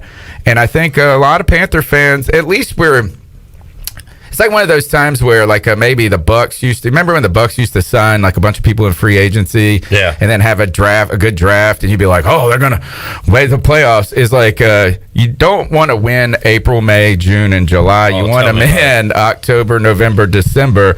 But it is nice to not be losing in July.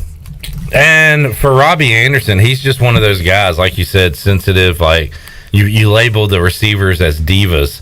And there certainly are a lot out there, but I'm thinking like Terry McLaurin would never do what he's doing. Right. You don't hear anything from DJ Moore. Nope. I don't know what he's doing. And that's how it should be, right? Like everybody can do what they want to do, but that's a much easier way to go about it. It's a funny thing in the sports world is for so much, like when you get a player who comes up there and just says the right things, the talking points, the bullet points, and doesn't say like anything honest or authentic, or the team like doesn't open up, you'll get a coach that doesn't tell you anything, the kind of next question. Fans beg and beg for them to open up. We want to get to know this person. We want to get to learn them. Yeah. And then when you get to know them and you don't like them, like a Cam, it's like, gosh, why couldn't he just say the bullet point? Shut up. Yeah. Can you just stick to the talking points? Yep. Put your head down, lunch pail it up, and I don't want anything but football. You only want somebody to open up and give their opinions if they're like you and you agree with them. Thank God our listeners are like us. You were mentioning not wanting to win in April, May, June. Reminded me of a great Washington shirt. I still want that shirt. Off-season champs. Yeah. Because that's about all we had going for years and years, and still have going apparently. All right. I gave everybody some homework today. Oh, before we do that, I want to mention something. I was one of the first. I go. It's hard to see this guy get excited. I feel like it's like Mully's mean Mully. Igo is like monotone, flat, just even. Yeah. Never gets high, never gets low. I was the one person he was talking about that had not heard the song.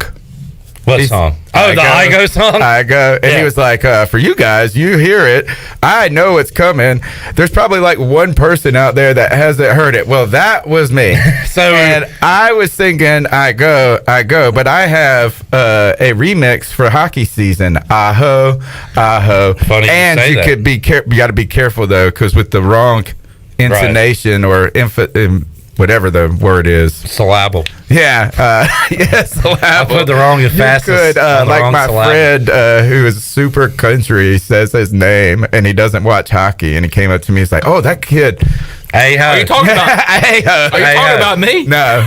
It could have been you, though. Funny you brought that up. We're always looking for lines to add to the song. We have one line every week. And during the playoffs, and I didn't think it would work, but I think I said something to you where Sebastian Aho! Like after a goal, an announcer says his name. I thought about putting that in one of the lines. Yeah. But does that rhyme with Igo?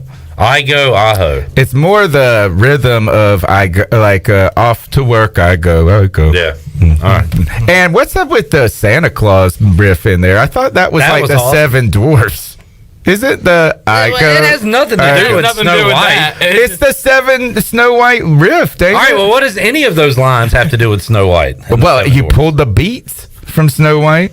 Okay, but you got to get them on something like. Well, we thought we'd spice it up with a little bit of Christmas cheer. Tony, I hit him with he's not happy. He's not sad. He's just monotone.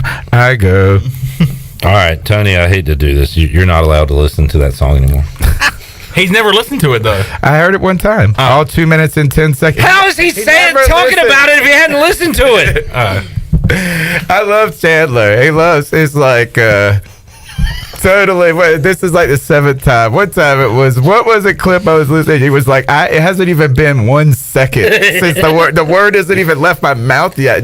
Oh, you're talking about that bit I did? Yesterday. It's not a bit. It's like me saying the wrong name. It's just honest. Shirley, don't let me leave here. We're going to do it this hour without playing the Myers Park Little League favorite players. I keep forgetting to play that on the show. But yesterday I said, Myers Park lost to Greenville. And Chandler said, I talked about that earlier. I just said that. And he was like irritated with me, and he said, I was disappointed, and I felt. And he said, now I know how y'all feel when I do that, and it's a bad feeling. I'm very disappointed in you. I'm like, yeah. So I'm sorry, guys. All right, let's take a break. We'll come back. What NFL team will make the playoffs this year that missed it a year ago? I want to talk about the Hall of Fame class briefly. And Tony, are you aware of the Lamar Jackson, Bernard Pollard Twitter beef? I've seen some of it, so I might need you to fill me in some of the details. It was a fun beef on Wednesday night. We'll talk about that and more when we return Pirate Radio Live after this.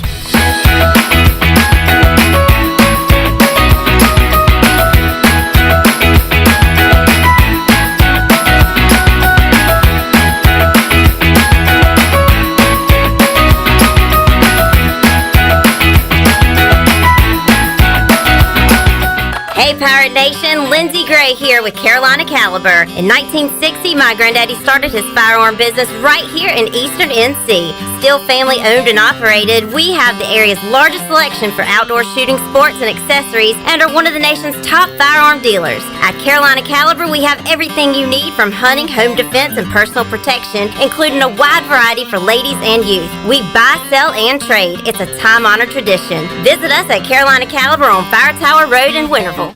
Do you need custom t-shirts, apparel, or promotional items for your business, organization, or event? Keep it local. Print it local with University Sportswear. University Sportswear ENC.com is your one-stop shop for all promotional products for your business. With over 1 million items to shop from, University Sportswear ENC.com offers high-quality products at prices to fit any budget. Visit University Sportswear ENC.com for contact information and to get shopping. University Sportswear ENC.com, the official sportswear provider of Pirate Radio. Hey Pirate fans, this is Cliff Godwin. Summer is upon us and I want to invite you to attend our CG23 Youth Camp here at East Carolina University. We will offer 3 sessions of camp. All camps will be held at Clark LeClaire Stadium and campers will get baseball instruction from the ECU baseball staff and players. Campers will play games each day and each camp ends with our famous Pirate Slip and Slide. Full day and half day sessions offered. For more information, visit cliffgodwinbaseballcamp.com. See you there and go Pirates! My whole business just went up in flames, but my agent was there before the fire was out. We started a plan. I've got 25 employees who could be out of a job if we didn't get this place running again. My independent agent and auto owner's insurance, they made sure we didn't skip a beat. I mean, we didn't miss a single payroll. That's incredible. For whatever lies ahead, we're always there. This is Norm Bryant with Town Insurance in Greenville. Call me today at 756-8300. Go Pirates. Chico's Mexican Restaurant is the home of the best margaritas. Grab your amigos and head to Chico's every Tuesday for the Gulf of Mexico. A huge 38-ounce lime margarita for only $7.99. On Thursdays, relax and enjoy half-price pitchers of Chico's house margaritas. Choose from lime, strawberry, blood orange, raspberry, or peach. For Mexican food and fun, it's got to be Chico's Mexican Restaurant in downtown Greenville and online at chicosrestaurant.com. Chico's, where the fiesta never ends. When I need jeans, I order online because I know exactly what I want. They have just one moving part, and if there's something wrong, I exchange them. Buying a vehicle, especially pre-owned, is way different. Lots of moving parts. You don't want to get stuck. For a worry-free purchase, visit Phelps Chevrolet. We've been here in town a very long time. You know us. You know we stand behind everything we sell. Phelps Chevrolet in Greenville. Come get you one. Your first stop for shopping is at Shimmer Boutique. This is Ashley from Shimmer. We are fully stocked with the latest apparel, shoes, and accessories and more. If you need gift ideas or some shopping therapy for yourself, stop by today. Looking for the hottest shoes on the market? Shimmer has the biggest selection of Hey Dudes anywhere. Shimmer has the newest Yeti products and colors. Want this year's most popular bag? Shimmer has a great selection of all your bog bag needs and accessories. Shimmer in Greenville, Winterville, and Jacksonville. What's up? This is Bryson Worrell, and you're listening to Pirate Radio, the voice of the Pirate Nation.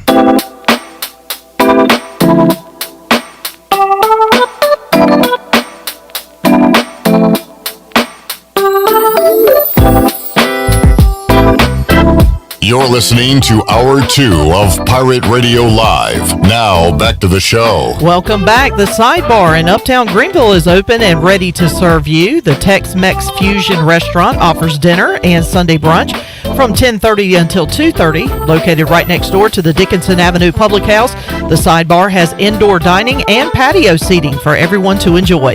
For the latest on reservations, menu items, and more, follow the Sidebar on Facebook or on Instagram at sidebar.greenville.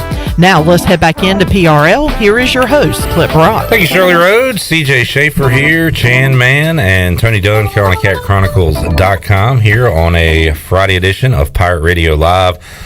Tony, you mentioned earlier, you say the Panthers they need to win. Like, it's been too long since they've won, and you kind of paused and said, well, they did play in a Super Bowl, which was 2015 season, right. 2016 of February.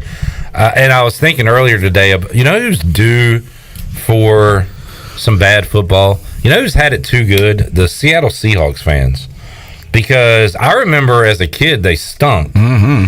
And then they had a little brief moment with Hasselbeck. No, they had a good moment. They went to a Super Bowl with Hasselbeck. They beat us in the NFC Championship that year. They would win that division. I hated that team. They knocked Washington out of the playoffs twice in 3 seasons, but they weren't. They were boring. They were Sean Alexander pretty much. He was great. And that's it. But then they went from that to even taking the next step with Russell Wilson, Legion of Boom. They've been pretty solid and good for a while. That's going to come to an end this season. Well, it came to an end last season. They were bad. As they had a kind of a steady decline, losing Sherman here, Earl Thomas there. The defense then just they couldn't hold on to those stars. But their fan base has seen a lot of good football the last 20 years. So I don't know. I think another team that might be due for some losing are the Patriots, man. Could be. It's like, are they going to just be middle of the road now, or are they going to find a way to get back to the top? They are looked at for many as maybe the third best team in that division. Bills are the clear one. Yep. Dolphins. I think that's the sexy pick right now. Dolphins. I think the safer one is to pick the Patriots number 2. But I think the Dolphins are like one of those. Just like they won the offseason, and they have the new young coach. But I got to see those coaches get it done too. I thought of another team, and then CJ Schaefer started moving around in there. He's getting nervous. We're going to say his team. No. You guys, you covered them all. We're good. There's no more. I know. We keep thinking about your team. Here's a future team that's due, Green Bay, after Rodgers. Exactly.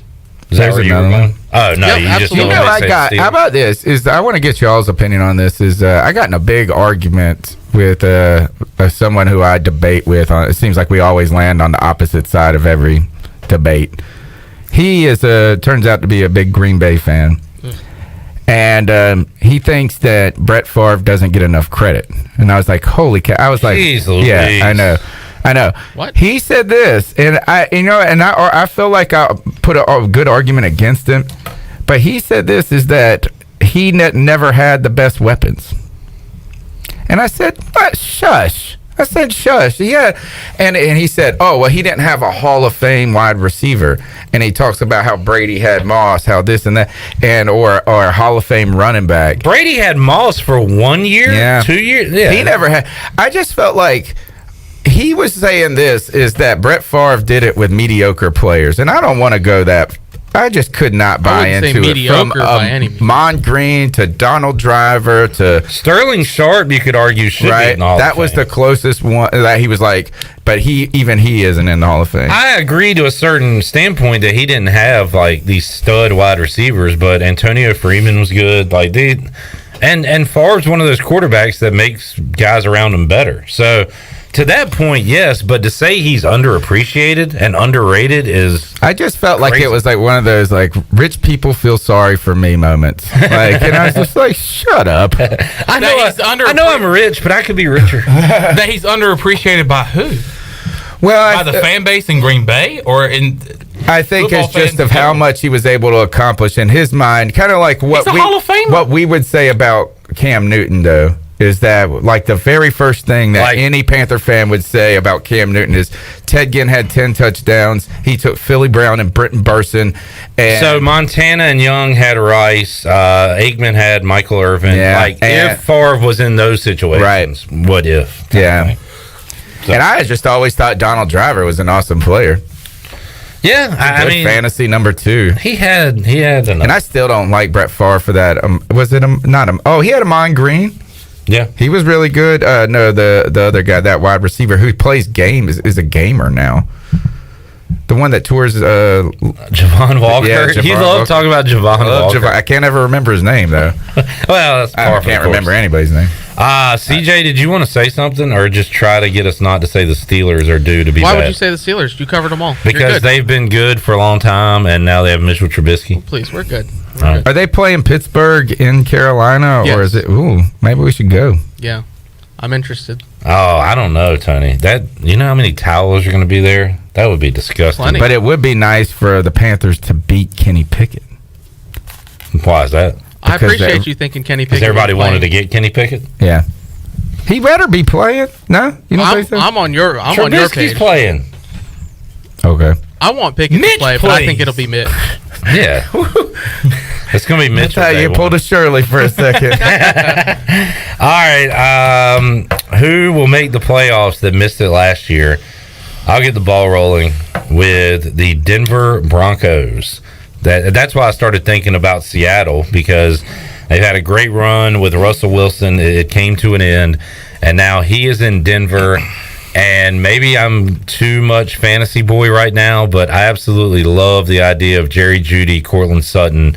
That's the new DK and Lockett for Russell Wilson. Two great, well, they haven't been great yet in the NFL, potentially great receivers.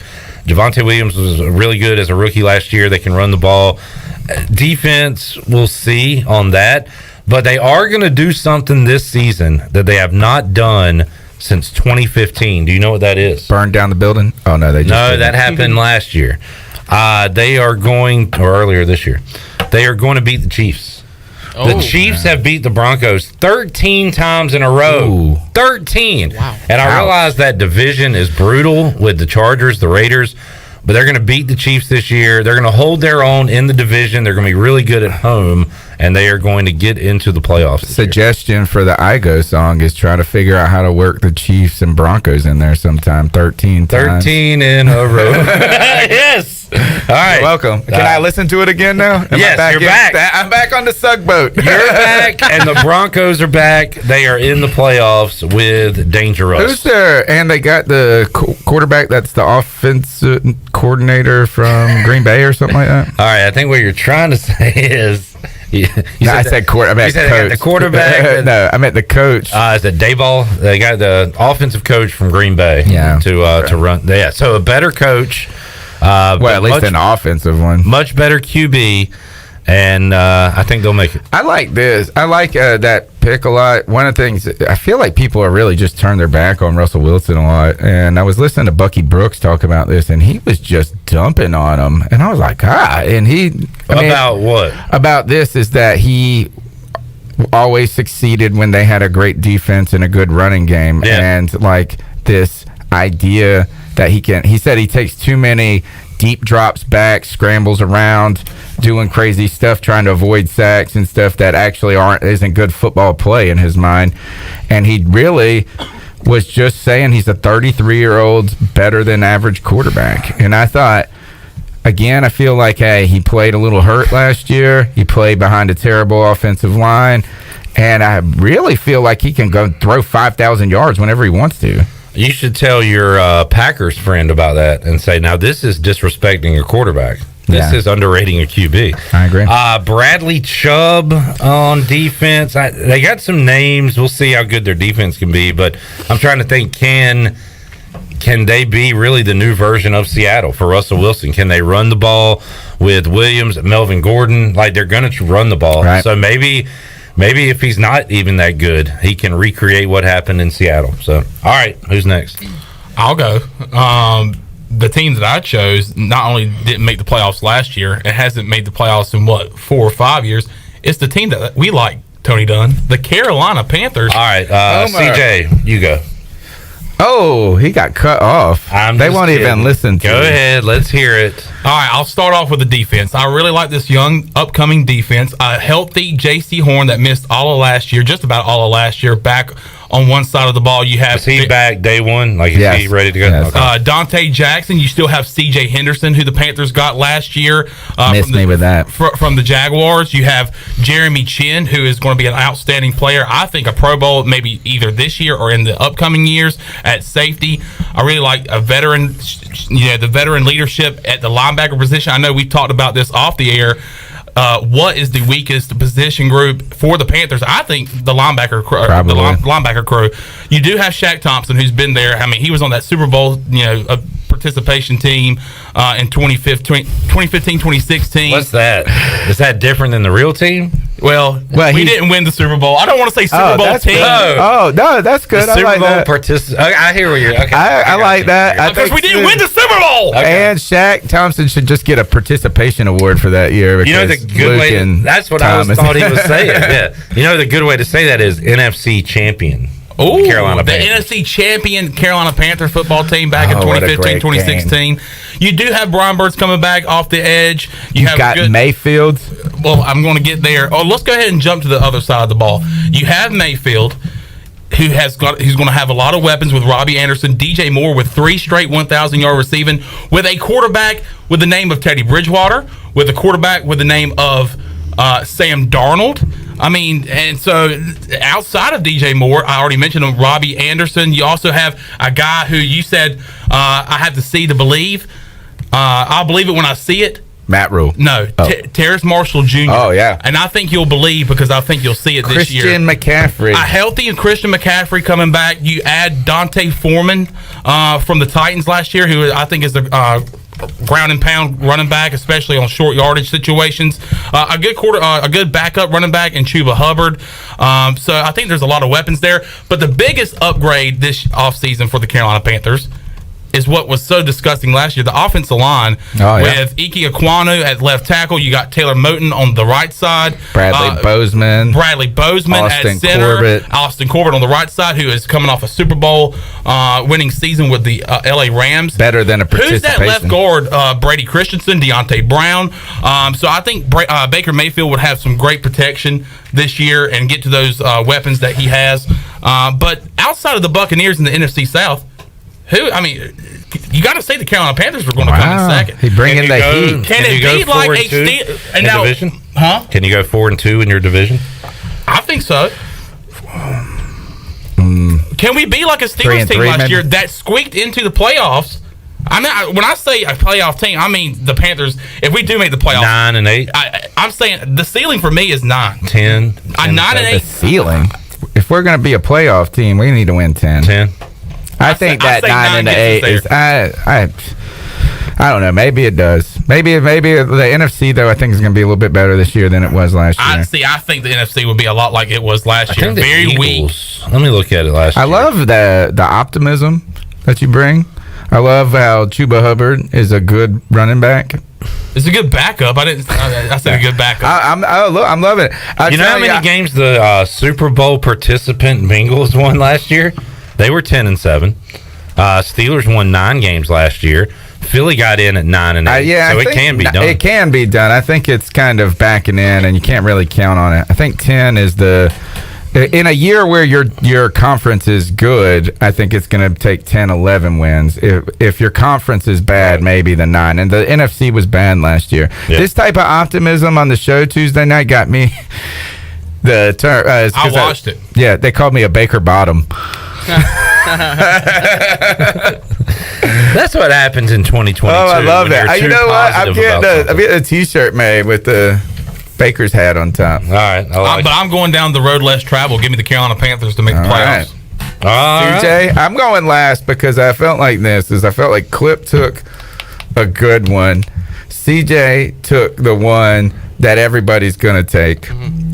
And then Chandler took the kind of rose-colored glasses absurd one, and it left me with the scraps, and I think disagree. I'm going to win. I think I'm going to win. I could have taken an obvious one that's out this there. is the one that is about to be taken. We'll right see. now. I think there's still more options out there. Anyway, go ahead. Yeah, so I picked the Chargers to make the playoffs this year. I know the division is going to be real tough, but I'm going to go out on a limb, and I'll say it now. Justin Herbert, he might not win, but he's going to be in the MVP discussion at the end of the season. All right. Hot take. Hot take. I like this hand thing I was you got using the going Force to make sure y'all bought into this. It was like Obi-Wan Kenobi's mind tricks. Hold on. I'll let you go in a minute. I think Justin Herbert might be in the MVP race this year. What do you guys think? Justin Herbert in the MVP race. I don't know if you guys have talked about this, but man, Justin Herbert could possibly be an MVP this year. I agree with that. That's a great original thought. Where did you guys that. get that from? I don't know. It just popped in my head, and now it's all I can think about. Now, this the offense last year for the Chargers was obviously not the issue. Austin Eckler at running back. Austin Eckler actually finished last year with as many touchdowns as Jonathan Taylor had. They both had 20.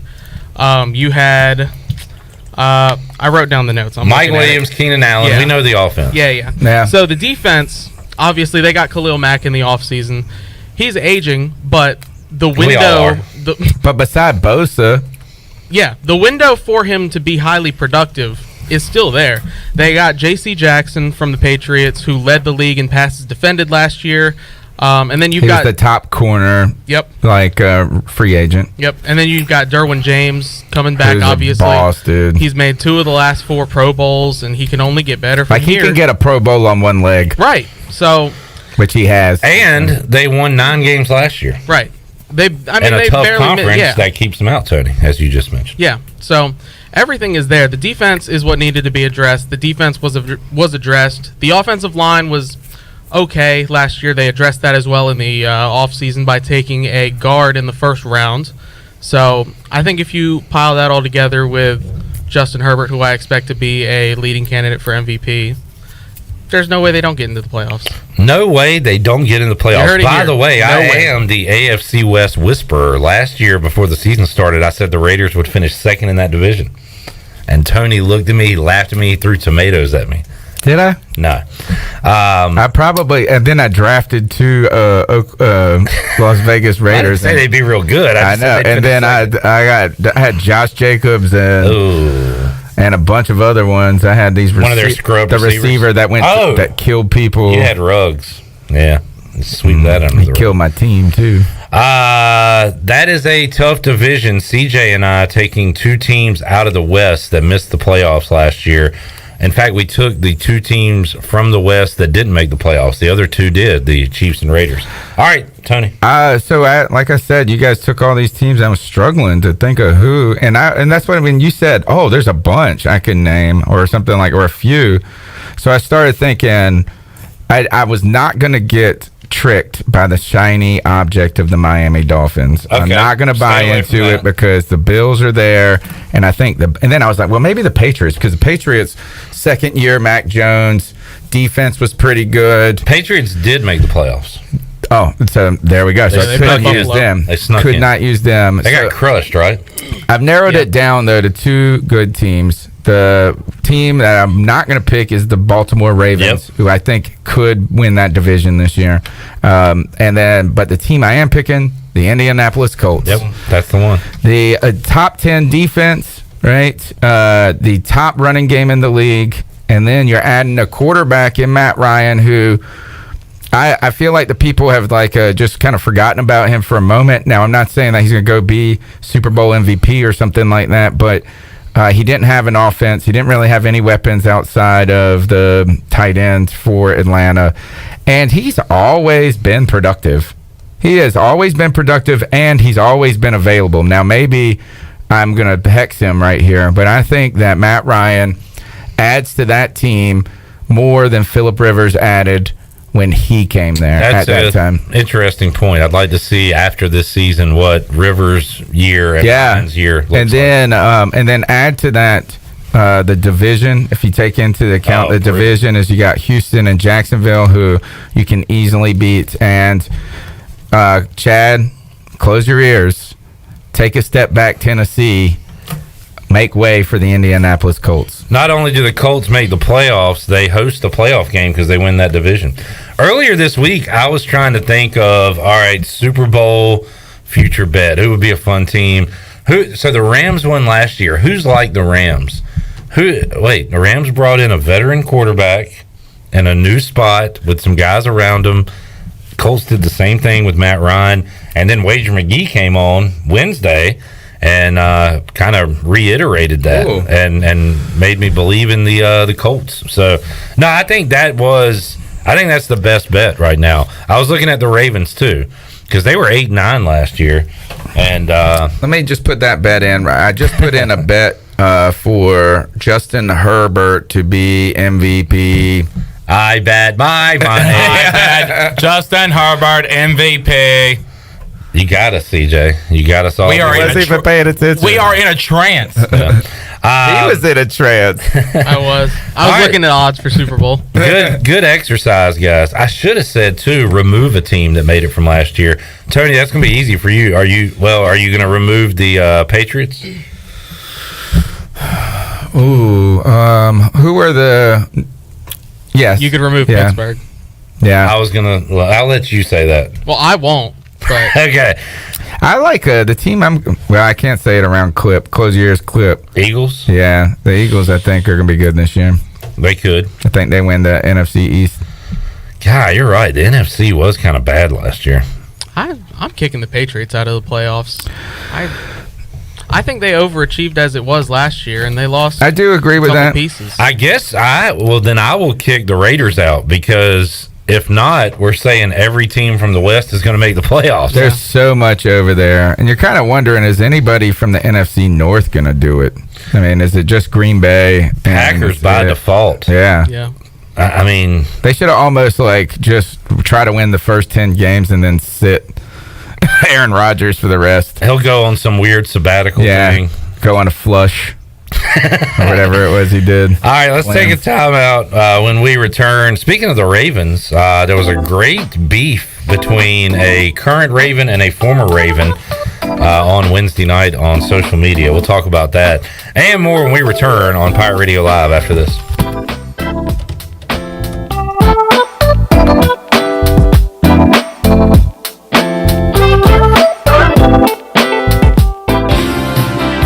Let's party, Pirate Nation! The Pirate Radio Football Kickoff Party is approaching fast, and tickets are on sale right now for only $10. 100% of the ticket sales will be donated to local charities. Join Pirate Radio Thursday, September 1st at the State Theater in downtown Greenville, featuring 80s music by The Breakfast Club, plus many more special surprises. Go to pr927fm.com now to get your tickets before it sells out.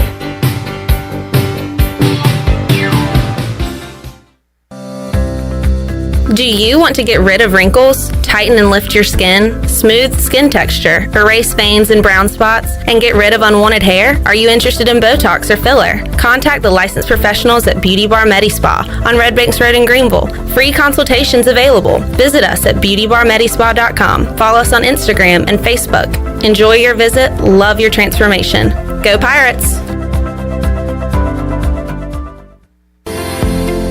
Everybody wants to get fit and get in shape. You don't have to do it alone. At Kinetic, we have certified personal trainers that will work with you on your customized workout plan to help you reach the fitness goals you always wanted. Choose either to work one-on-one or with a partner, or quickly burn more calories in our high-intensity fat-burning bootcamp classes while having fun with others at the same time. No matter your fitness level, we can help you get the results you want. Sign up today at kptonline.com.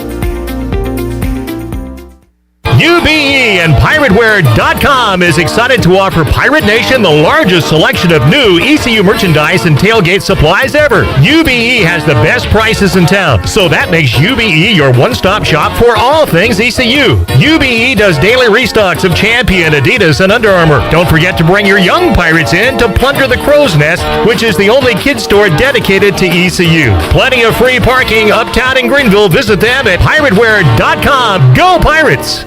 The Dickinson Avenue Public House is a lively and diverse restaurant in Greenville that utilizes fresh and local ingredients. With influences of Creole, Asian, and upscale Southern cuisine, the Dickinson Avenue Public House offers a seasonally rotating menu and a full-service bar with rotating craft brews on tap. Come to the intersection of 8th and Dickinson and enjoy $1 off drafts on Tuesday, half-price flights on Wednesday, half-price wine bottles on Thursday, and $1 oysters Tuesday through Friday from 5:30 to 7. For more details, check out their website at daphousenc.com. University PC Care has been the Pirate Nation's go-to IT expert since 2006. Unfortunately, many organizations today simply react to IT issues after the damage is done. This is known as the break-fix cycle in the tech service industry. University PC Care's Business Services Division has a better way, a proactive solution called BizCare. What's at your office? Call William at University PC Care today to schedule your free BizCare consultation or learn more at universitypccare.com. Welcome to US Cellular, where new and current customers choose any phone they want for free. Free? Even the one with 5G and lots of storage? Free. And the one with the latest everything? Free. At US Cellular, any phone you see is free, whether you're a new or current customer. US Cellular, America's locally grown wireless. Terms apply. See uscellular.com for details.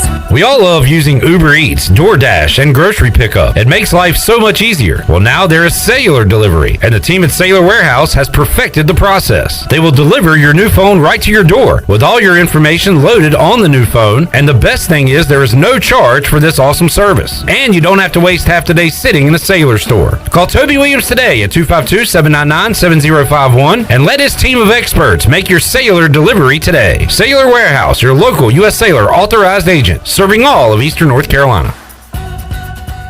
This is Coach Steve Shankweiler, offensive line coach for East Carolina University football, and you're listening to Pirate Radio, the voice of the Pirate Nation.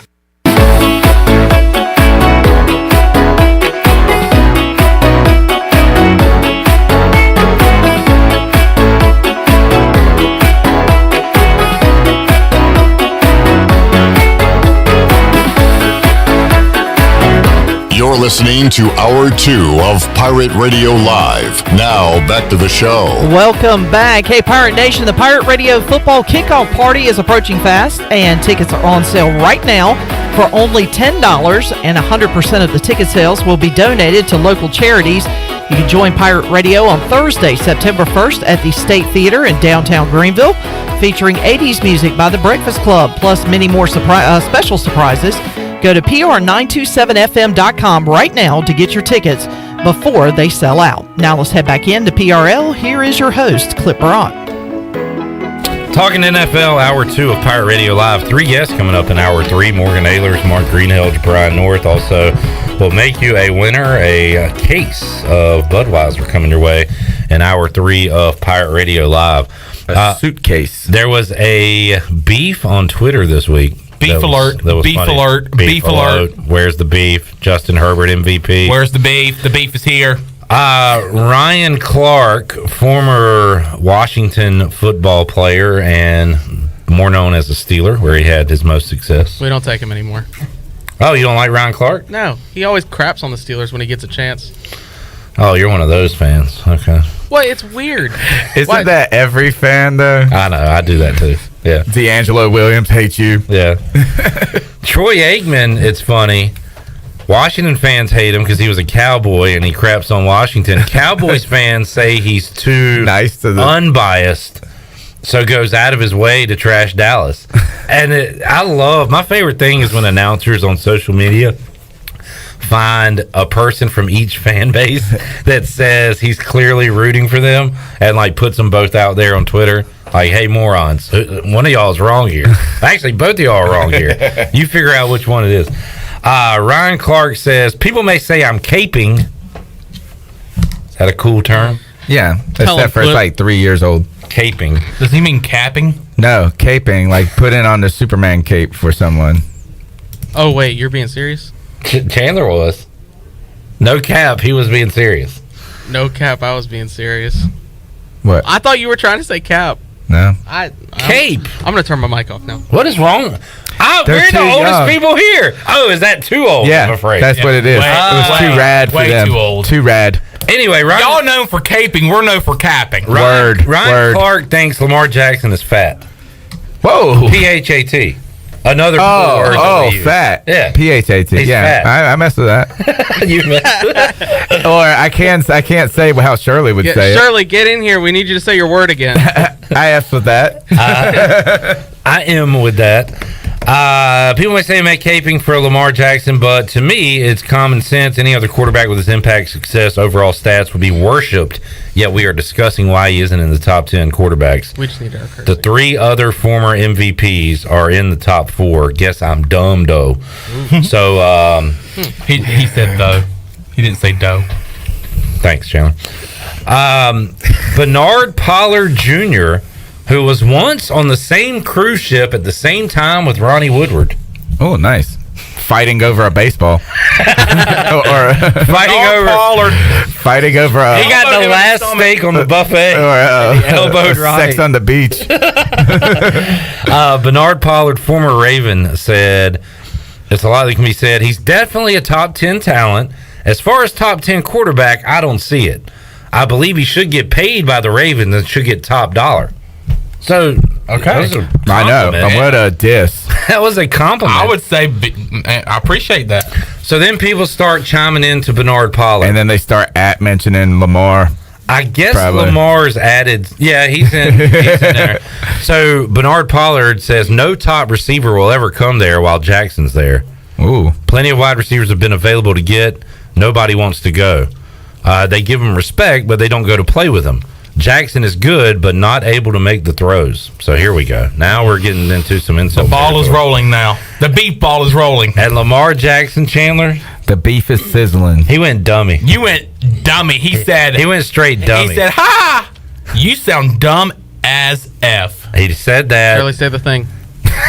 Don't say the thing. Was that the word you asked me to hurry up and get in here and say? Yeah, he was joking. No. We were teasing. Bernard Pollard said, facts are facts. They start talking about, hey, I'm a Super Bowl champion, Bernard Pollard. And he says, make sure you call me champ. Good luck getting one. Can I read the Lamar Jackson tweets? Yeah, go ahead. Never. Nobody speak of you. I had to Google you, little bro. He said bra, not bro. Oh, brah. I never heard of you until I seen you keep dissing like you was a Hall of Famer. Hall of Famer, but you far from it across the ocean like overseas. All right, so What is that? That's Lamar Jackson. they keep going. Lamar Jackson said, there's more? Take vet out of your bio. Oh. You just played as an extra body, to be honest. Super Bowl with 2 tackles? Was those game-changing tackles? Waiting. And then Bernard Pollard talking about they fear me. It went on and on. There was video of Bernard Pollard doing like exotic dance moves in the locker room. Lamar Jackson, the splits or whatever. And then he called him a stripper or something. he was doing that. And then he said you got a side hustle or something. This should be a part of Saucy Sports. It kept going and going and going. I did see yesterday that Lamar Jackson said, and I'll try to find the tweet here, called him an OG. He said, my bad, OG. God wouldn't want me acting that way. I won't ever do it again. Handshake emoji. And then Bernard Pollard said, all good, bro. Nah. They gathered around. They gathered around that pole. They've learned from us. They have. They have learned from me and Clip and I.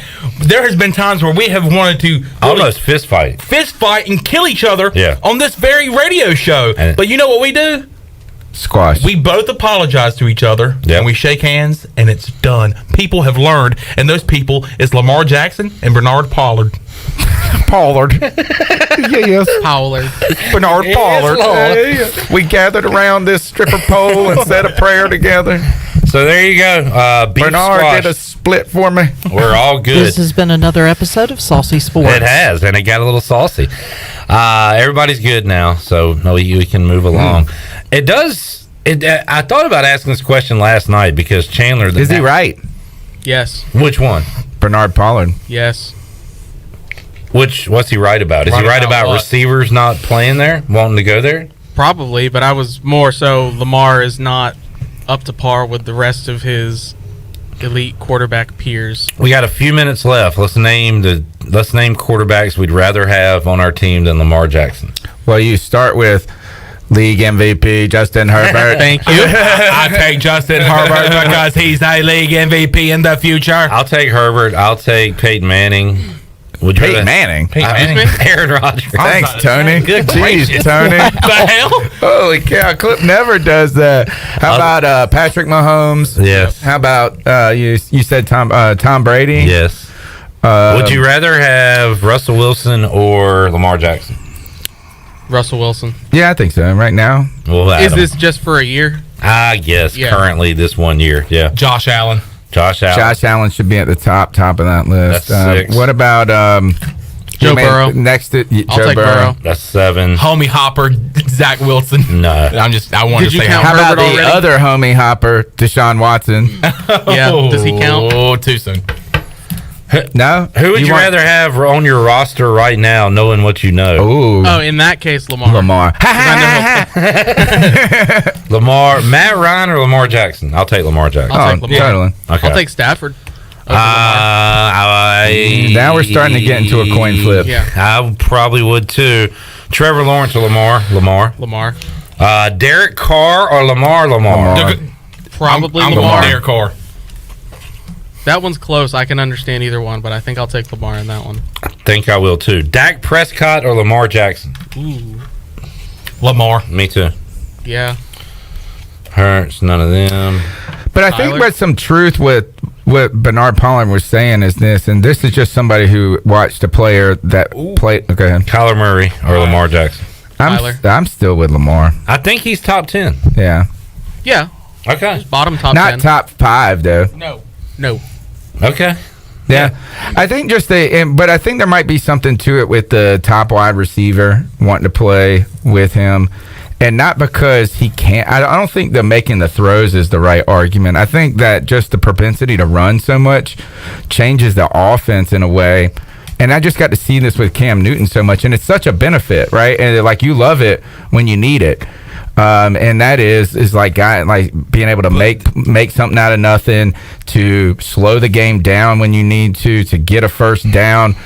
It could be like 3rd and 10, and they're going to run for it because they're dropping back into pass coverage. So they can change and force the defense to do so much. But at the same time, I don't necessarily think that equates to volume and statistics and numbers for wide receivers all the time. Which they need for incentives and for Pro Bowls and money. And yeah, so... All right, our friend Pat Ryder, Raiders fan, called me a jerk because I didn't take Derek Carr over Lamar Jackson. That's close. You know what? We'll get to see this year. How about that? Well, Pat, I was the only one to take him.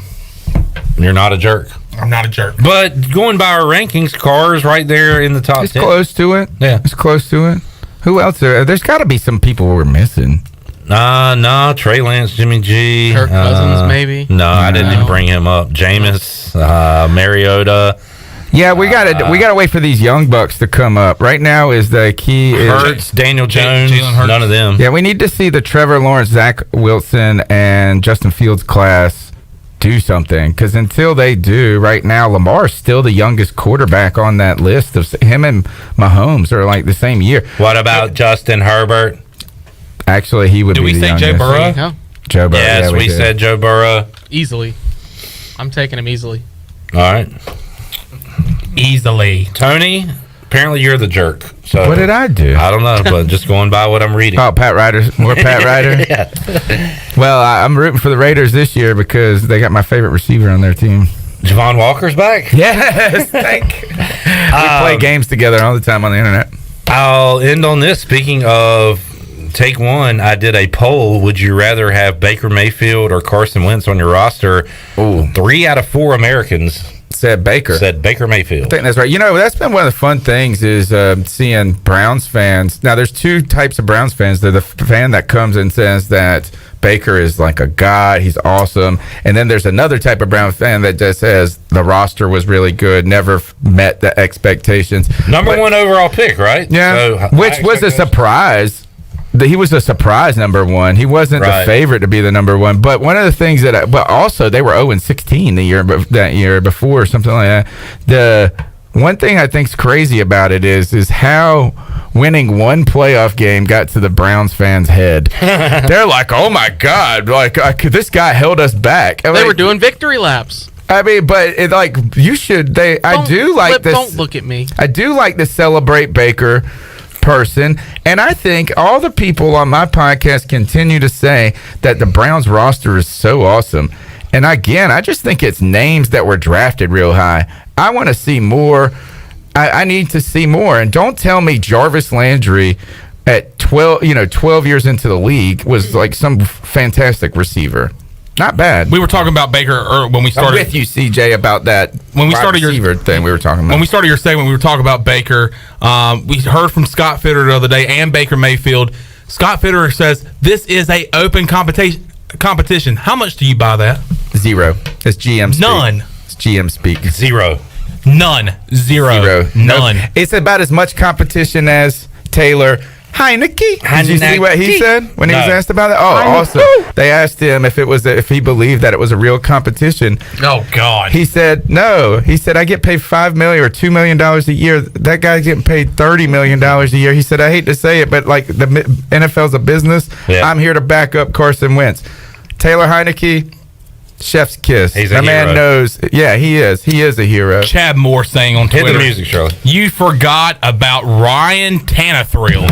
No, we did not forget about him. No, we did not. But a lot of people will this NFL season.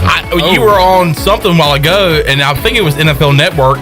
I think those guys had Malik Willis being the starting quarterback for the Tennessee Titans come week 4. Wow. I don't know about that one.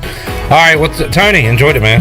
Thank you. C3 Panthers podcast Tuesday night. Man, we've been growing. We want you guys to be a part of the conversation. All right. Tony's a grower, not a shower. We're back with you, Pirate Radio Live, after this.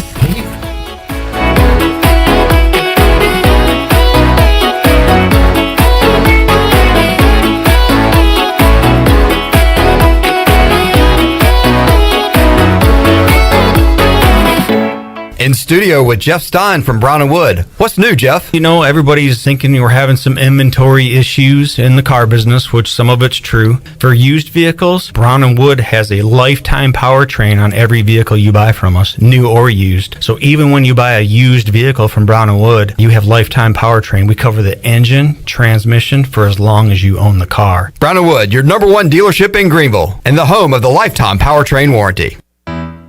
Hey guys, this is Kyra from Postcode Junction in Washington, where all your shipping needs come together. Did you know Postcode Junction is the only UPS, FedEx, and DHL shipping location in Washington? Postcode Junction is also the place for your Amazon returns. Need to ship a package the same day? Want to avoid the long lines at the post office? Come see us at Postcode Junction by 4:30 and we got you covered. Postcode Junction on 15th Street in Washington next to Tractor Supply. Go Pirates! Pirate fans, get ready for a winning season and team up with Quality Equipment, your local John Deere dealer and proud sponsor of the ECU Pirates. When you do business with us, you'll get things done right. We're proud to offer a large selection of new and used John Deere equipment, a fully stocked parts department, and a highly trained staff who is here to support you throughout the life of your equipment. So get quality done right before every ECU game day and visit qualityequip.com. Before anyone walks into your business, the outside is what they see. Make sure your first impression is a good impression with the right curb appeal. Hi, this is Daniel Andrews from Dan Andrews Lawn Service. We specialize in making your business look great. Let us handle all your professional landscaping needs. We do it all so you don't ever have to worry. Residential services are also available. Call us today at 717-8006 and we'll come out and give you a free quote. Taking care of your landscaping needs is all we do, and we've been doing it for over 20 years. You can trust our reliable team at Dan Andrews Lawn Service, covering all of Eastern North Carolina. You've worked hard to make your business successful, and that's why it's really important to always have a bank in your corner when you need them. This is former ECU baseball player Ashley Capps from First Bank, and our experienced team of local bankers includes Lee Watson, Bonner Latham, Chris Richards, Josh Hooten, and Heath Nisbet. To get the business services that are right for your business today, come and see someone on our team at First Bank on Arlington Boulevard here in Greenville. First Bank, together with our customers, we're creating a world where individuals and communities thrive. Member FDIC, Equal Housing Lender. This Fireworks start now at Bostic Sugg Furniture. Celebrate star-spangled savings store-wide with low holiday prices throughout the store. Save up to 70% off clearance items plus 12 months special financing. Get the style and comfort you want for not a lot of money. Get the sleep of your dreams on a new mattress with 48 months special financing. There's never been a better time to buy new furniture. Don't miss this star-spangled savings now at Bostic Sugg Furniture. Wings Over delivers. Wings Over delivers. Wings Over delivers. If you're looking for wings to be delivered to your home, Wings Over Greenville has you covered with no third party needed. Wings Over Greenville has its own in-house delivery service. Be sure to try the all-new tender sandwiches by ordering ahead on the Wings Over mobile app. Open till 3 a.m. on Friday and Saturday, Wings Over has everything to cure those late night munchies. Give them a call at 758-9464. Wings Over Greenville. They deliver. This is Pirate Radio, WGHB Farmville, 1250 and 92.7 FM Greenville, WDLX Washington, 930 and 104.1 FM Washington.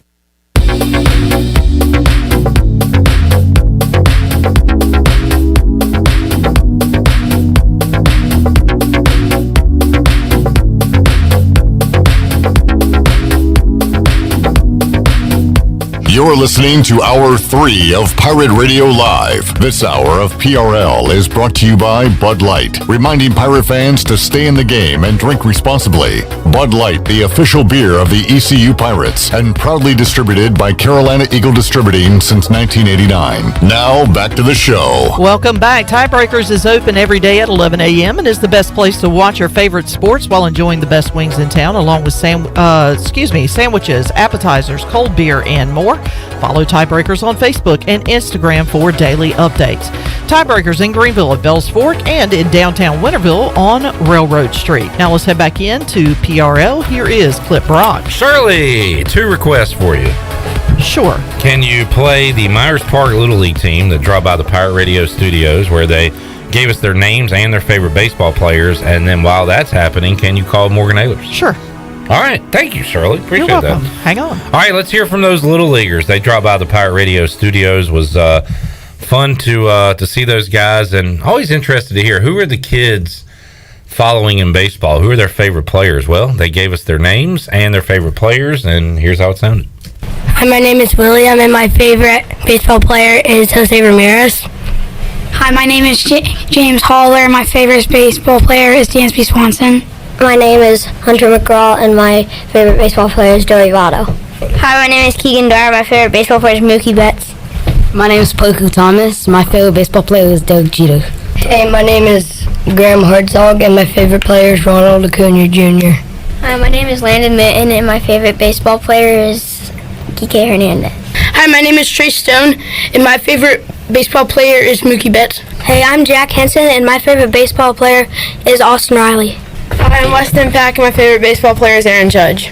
Hi, I'm Kate Kalimba, and my favorite baseball player is Aaron Judge. I'm Graham Eartley, and my favorite baseball player is Jose Ramirez.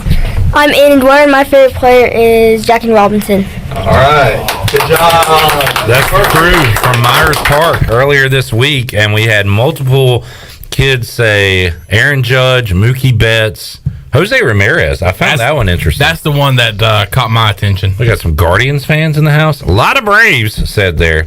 World champion Braves getting a lot of love. You gave a lot of high fives the other day as those kids went by you after they named a Braves player. No Juan Soto's, unfortunately. Hey, I don't. It's fine. Maybe 3 years from now, O'Neal Cruz. You might hear his name. CJ, what do you think? He has got a bullet on him, man. He throws it fast over there to first base. What? Nothing. Let's talk to Morgan Ahlers. I'll revisit that later. Morgan Ahlers joins us on the Pirate Radio Live line. How you doing, Morgan? I'm just listening to you guys. Wow. It was just all right. I want to move on. I want to quickly move on. We got back-to-back days with Ahlers is on the show. We talked to Holton Ahlers yesterday.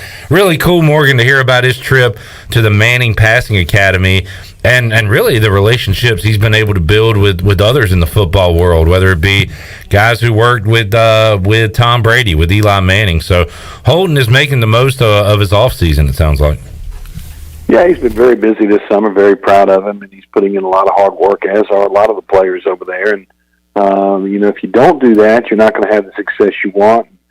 I think Holt realizes this is his last ride, so to speak, at East Carolina, and he wants to make the best of it. I think this is going to be a very, very special year for the Pirates. We talked a lot of O-line this week, Morgan. It sounds like it's coming from inside the building and outside, that this is going to be Mike Houston's best offensive line, probably his best overall team that he's had, but certainly the best O-line. And as Holton put it yesterday, that is because of not only talent but depth. And we're going to see Steve Shankweiler work guys in and out. Holton said he couldn't even name a starting five right now because whoever's first string, the guy's second string are just about as good or as good as the first stringer. So I tell you, that's a pleasant thing to hear, Morgan, because we saw it last year. 1,000-yard rusher in Keaton Mitchell. Rajay had a good year. That means your O-line's playing well. Pass protection was suspect at times, but sounds like that could be a solid position group for East Carolina this season. Yeah, I definitely am. I haven't seen them, but I've heard and talked to some coaches over there, and I've talked to Holton, obviously, and the depth this year is something that they've been trying to build. We've been lacking that over the last, I'd probably say 8 to 10 years since the Ruff and McNeil years. 2 years ago when we played Georgia State, you're starting 5 guys on the offensive line that have never really played at all before Division I football. And now you've got maybe 10 to 12 deep that can go in there and move around different positions and possibly start. And, the guys that maybe don't start, week 1, you say your second 5, those guys probably would have started last year. So, it's a good problem to have, and I think that's definitely going to open up both the running and the passing game for the Pirates and give them a little bit more time for the plays to develop like they're supposed to. Very refreshing, too, Morgan, to be able to recruit offensive linemen and redshirt them, not just throw them out there. And you could say that about a lot of positions right now with East Carolina football. But, man, we went through some years where you'd bring in these high school kids, throw them on the field week 1, sometimes out of position, sometimes as a necessity, not even at their position. But, man, it's been great to see the overhaul of the roster, and Mike Houston change that. Yeah, it's just so different than it was 4 years ago when Coach Houston got here. And, you had guys going from offense to defense and defense to offense. Jeremy Lewis was recruited as a defensive end. He did play tight end at South Central. They come in, they really don't have any tight ends in the room. Hey, play tight end for us. Then they move him back to rush end, and he's going to have a stellar career here at East Carolina. And, it's good to have that kind of problem where you've got depth and you've got a lot of competition. And coaches always say that, the more competition you have in practice, the sharper you are during the game. And they're going to have a lot of competition in practice this year at a lot of positions. Really looking forward to that week 1 matchup. And asked Holden if Devin Leary was down at the Manning Passing Academy. He says, yeah, he was actually my roommate down there. And I said, oh, so what'd y'all talk about that week 1 game? He was like, yeah, we didn't really talk about that much. So, I guess that's for us fans, Morgan, to talk about, and people with microphones. But as far as the players go, not going to be too much back and forth, it sounds like, at least from the starting quarterbacks for that game. Yeah, I've never met Devin. I understand he's a really good, he's obviously a great quarterback, but a great young man as well. And Coach Dorn's done a good job with him up there in Raleigh. And, that's our week 1 opponent. But like Mike Houston says, you take every week, the next game is the most important game of the season. And obviously it's going to be rocking on September the 3rd. It's going to be 112 degrees at 12 o'clock. Not only do the players are going to have to hydrate, I think the fans are going to have to start hydrating on Tuesday. So, it's going to be something special, a great environment. I feel good about the Pirates' chances in that game. It's going to be tough. State's going to be a really good football team. This is the year that not only Coach Houston's been building for from a team standpoint. I really think this is a year that the NC State folks have been building towards. Yeah. They're gonna have a good football team. They're gonna get some fits in the ACC, but I think I like our chances in the AAC and in week number 1. Morgan Ahlers joining us on the Pirate Radio Live line. Morgan, what's on your docket for the weekend? Nada. Wow. Nothing. How about that? Nothing. No weddings? What if Chandler has a shotgun wedding he wants to do tomorrow? Could you help him out? Sure, I could. He's getting married? We do it for free? Because I ain't got jack squat. Well, you won't see Morgan Ahlers there. Oh, man. Well, hey, good for you, Morgan. Get a wedding. Just invite me. There you go. Yeah, there you go. That's fine. I'll do that. He'll just hang out, and then Chandler's going to give you a computer and the speakers and let you go to work. Good for you, though, Morgan, to get some time off. Yeah, looking forward to a week off, and then next weekend we get back at it again. But there you go. Been a great wedding season. So if you're out there planning a wedding for next year this fall, give me a call. DJ Captain Morgan. Morgan, thanks for joining us here on a Friday, man. Enjoy your weekend, and we'll talk again soon. All right, guys. You have a great weekend. Thank you, sir. Morgan Ahlers joining us on Pirate Radio Live. Let's do it right now. I don't want to wait anymore. I want to open up the booty bag, Shirley Rhodes. Let the freedom ring. And pull out a big box of freedom. Booty, booty, booty, booty, booty everywhere. Booty, booty, booty, booty, booty everywhere. Freedom. Let it ring. Brewed by Originals process for the choicest hops, rice, and best barley malt. Brewed and canned in the U.S. of A. Anheuser-Busch Incorporated. A case of Budweiser on the line. It can be yours if you're caller number 12, 317-1250, must be 21 or older to win. Here's to the freedom that unites all Americans. It is the foundation that our country's strength is built upon. To commemorate this, we have replaced our iconic Budweiser name with freedom, so we can all toast to the value we hold so dear. This Bud's for freedom, and this Bud's for you. That was beautiful. Sends one malt tear down my face. All right, 317-1250. We're back with more after this.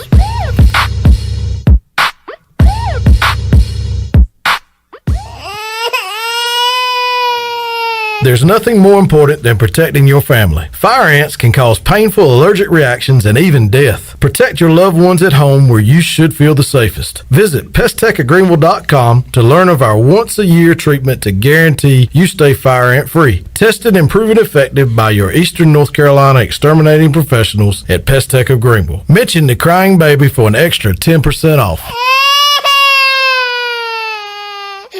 Do you want to get rid of wrinkles, tighten and lift your skin, smooth your skin texture, erase veins and brown spots, and get rid of unwanted hair? Are you interested in Botox or filler? Contact the licensed professionals at Beauty Bar MediSpa on Red Banks Road in Greenville. Free consultations available. Visit us at beautybarmedispa.com. Also follow us on Instagram and Facebook. Enjoy your visit. Love your transformation. Go Pirates! Pirate fans, the 2022 football season is going to be one for the record books. East Carolina is coming off a 7-win bowl season, and 2022 is shaping up to be even better. The Pirates need you to pack Dowdy-Ficklin Stadium this fall with a great home slate that includes in-state rival North Carolina State. The American Conference schedule features home games against UCF, Memphis, Houston, and Navy. Season tickets are on sale for as low as $125. Get your tickets today by visiting ECUPirates.com. Welcome to US Cellular, where new and current customers choose any phone they want for free. Free? Even the one with 5G and lots of storage? Free. And the one with the latest everything? Free. At US Cellular, any phone you see is free, whether you're a new or current customer. US Cellular, America's locally grown wireless. Terms apply. See uscellular.com for details. This is Brandon Tate, owner and operator of Atlantic Wireless, an authorized agent for US Cellular since 1997. Visit atlanticwireless.com to find the store near you. We go beyond the call. Your first stop for shopping is at Shimmer Boutique. This is Ashley from Shimmer. We are fully stocked with the latest apparel, shoes, and accessories and more. If you need gift ideas or some shopping therapy for yourself, stop by today. Looking for the hottest shoes on the market? Shimmer has the biggest selection of Hey Dudes anywhere. Shimmer has the newest Yeti products and colors. Want this year's most popular bag? Shimmer has a great selection of all your bog bag needs and accessories. Shimmer in Greenville, Winterville, and Jacksonville. Hey Pirates, this is Holton Ahlers. A big part of my success on the field is what I eat at home. To keep my body filled up, I order meals off a Clean Eats meal plan. I choose the meals I want from 6 different meals offered each week, and I pick them up on Sunday or Monday at the cafe on Red Banks Road. Each meal is packed with the perfect mix of healthy proteins, carbs, and veggies to keep my engine running at full speed. Go to cleaneats.com, click on meal plans, or stop by the cafe and get all the info. Clean Eats and the Pirates, a winning combination. The 80s and 90s were filled with obnoxiously loud styles. Dudes wore crop tops and super high shorts and rocked it with the confidence of 10,000 Sean Connerys and Tom Sellecks combined. And at Tailgate Classics, their mission is to bring that energy back. Locally owned and operated by ECU alum Cam Higley, Tailgate Classics has a unique line of vintage and retro tees, polos, jerseys, hats, and more. Go by the store today at 304 Evans Street in Greenville and check out their website at shoptailgateclassics.com.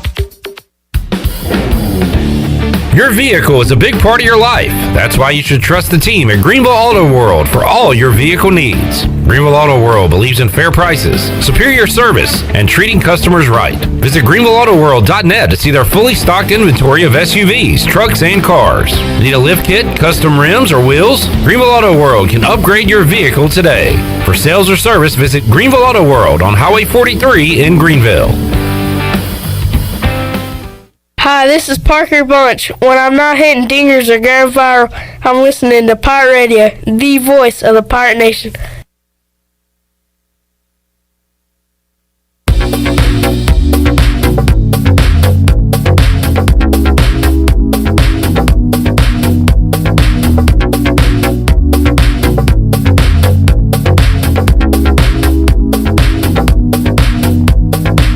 You're listening to Hour 3 of Pirate Radio Live. This hour of PRL is brought to you by Bud Light, reminding Pirate fans to stay in the game and drink responsibly.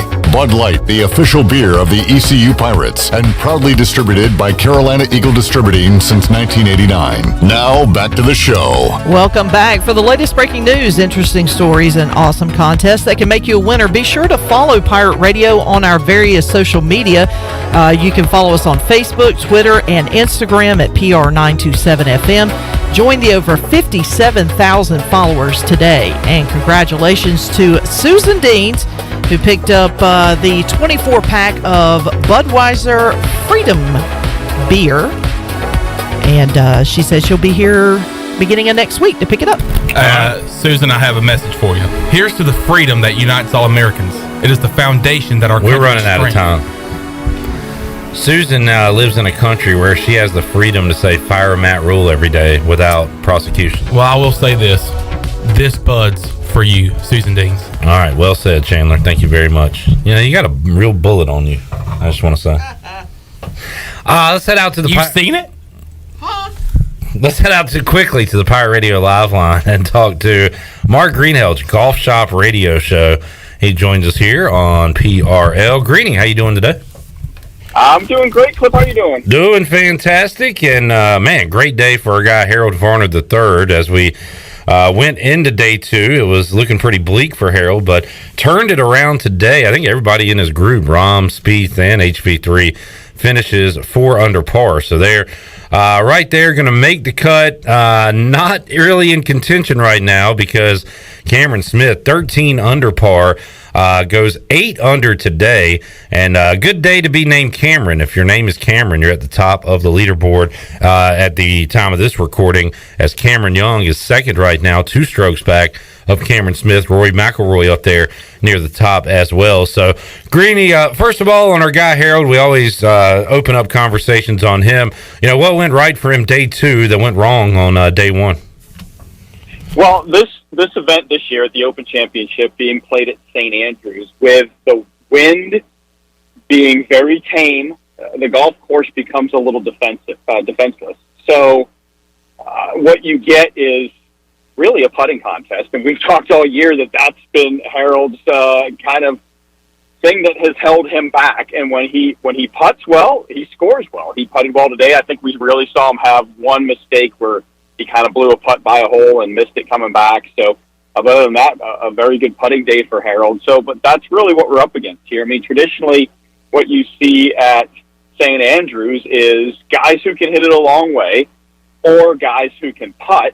And then obviously if you get the combination of that, then you're going to be in really good shape for this championship with this wind being down, because guys can take advantage. I mean, you can hit it a long way. You can get it running on the ground.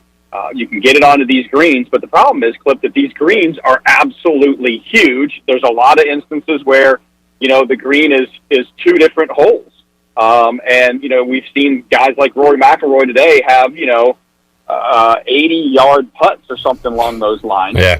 So you have to putt well. You have to lag putt really well. So that's what you're going to see rise to the top of the leaderboard. Some low scores, as you said, due to friendly weather, as the cut line right now looking like it's going to be even. So, Greeny, what are they predicting as far as weather goes Saturday and Sunday? Do you think we'll keep seeing these low scores here in this tournament? It's supposed to be more of the same. I mean, before the event started, most people were predicting 18, 19 under par being what was going to win this. Wow.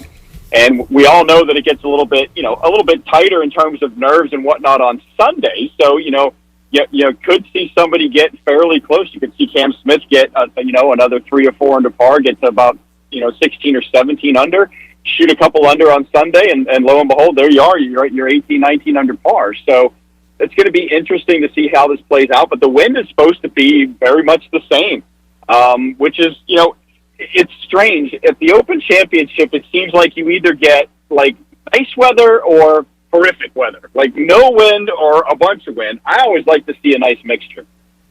Mark Greenhalgh, Golf Shop Radio Show, joining us today on Pirate Radio Live. You can check out his program coming up 8 to 10 a.m. right here on Pirate Radio on Saturday. Greeny, Tiger Woods misses the cut. Tiger Woods also speaks this week, and he's a guy, when he talks, people listen. He shared his thoughts on golfers going to that LIV Tour, and he is opposed to it, and it sounds a bit hypocritical when you hear a guy with as much money as Tiger Woods talk about, why would a guy go over there? But, again, his words carry a lot of weight. So what do you think of Tiger speaking up this week?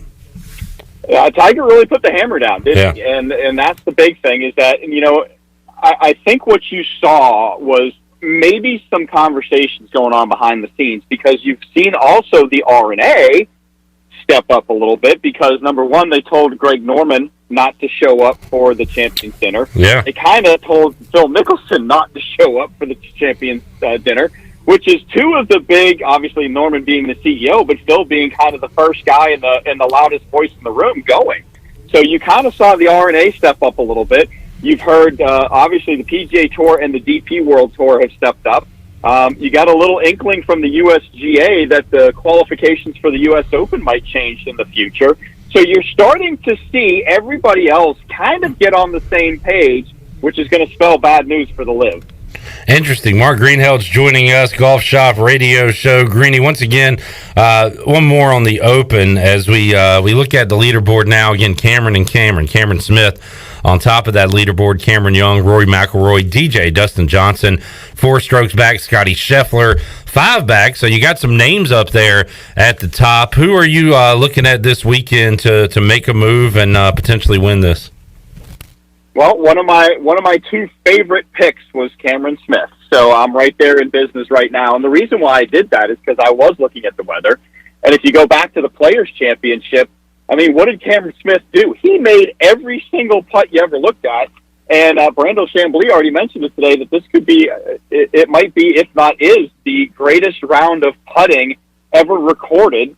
Obviously we didn't record putts of length and, back in 1950, but in terms of recording putting, it might be the greatest round of putting of all time, and that's basically what won Cam Smith the Players' Championship. I mean, you sit there and you watch him make these putts, and you're like, he's just making everything, and he's making all these par putts when he needs to, and that's what you look at coming into this week. It was going to come down to a putting contest. The one thing that Cam Smith hasn't done well in the majors this year is he does struggle sometimes driving the ball. I mean, he's 143rd in strokes gained off the tee. So when you go to a golf course like this where, you can get away with a bad tee shot here and there because it's kind of so wide open, you just got to miss the correct bunkers. Then you look at it becomes a putting contest. You look at Cam Smith's 12th in strokes gained putting. You look at Scotty Scheffler, who's 38th. Cam Young is 57th. DJ is 162nd. So when you start looking at these guys, by the way, Rory's 9th in strokes gained putting. So when you start looking at who to look at over Saturday and Sunday, you really start looking at the guys that have been putting well this year. Mark Greenhalgh, Golf Shop Radio Show, joining us. Greeny, since we've last talked, there's a new quarterback in Charlotte. Baker Mayfield joining the Carolina Panthers, talked to the media for the first time earlier this week. And what's your take on Baker to the Panthers? Here's a question I've been asking everybody. Do you feel any different about the Panthers with the addition of Mayfield than you did previously? No, for me, I think the big thing for the Panthers this year was the improvement of the offensive line. Obviously, you picked up the guy from NC State to play left tackle. You had another signing on the offensive line. So you got a little more stability, you hope, on that offensive line. Obviously, Sam Darnold's going to have a little bit of an advantage because he's going to know the offense. Baker Mayfield's coming in and has to learn the offense. So I think that kind of almost may put him on equal footing. Baker might have a little more, we don't know. Baker's had more swagger in the past, but now you get traded, so you lose some of that swagger. Sam Darnold, when he had protection in the first 4 games, Panthers were 4-0 last year, then everybody figured out, let's just blitz the heck out of him, and he starts seeing those ghosts in the secondary again. So, I don't know if it really picked them up at all. I mean, I'm still seeing 7-10, maybe 8-9. There's some games that could go either way early on in that schedule. It's that middle part of the schedule that's tough for the Panthers. And, when you look at the division, I mean, you think they're going to lose twice to Tampa Bay. I mean, I've got them. I think it's a tough task to even split with New Orleans if you have some decent quarterback play down in New Orleans because their defense is so good. And then you hope to beat Atlanta twice. And now you're already behind the 8 ball if you're losing in your own division, if you're the potentially third, maybe battling for second in your division, but you're already kind of behind the 8 ball at that point, and they've got a bunch of tough games. Greeny, we'll talk a little more football before we let you go. Clemson, as a former Clemson athlete, as a famous Tiger alum, I know you're there at all the important meetings. So what does the future look like with Clemson, ACC, SEC? What's the chatter on that, if anything, going on right now?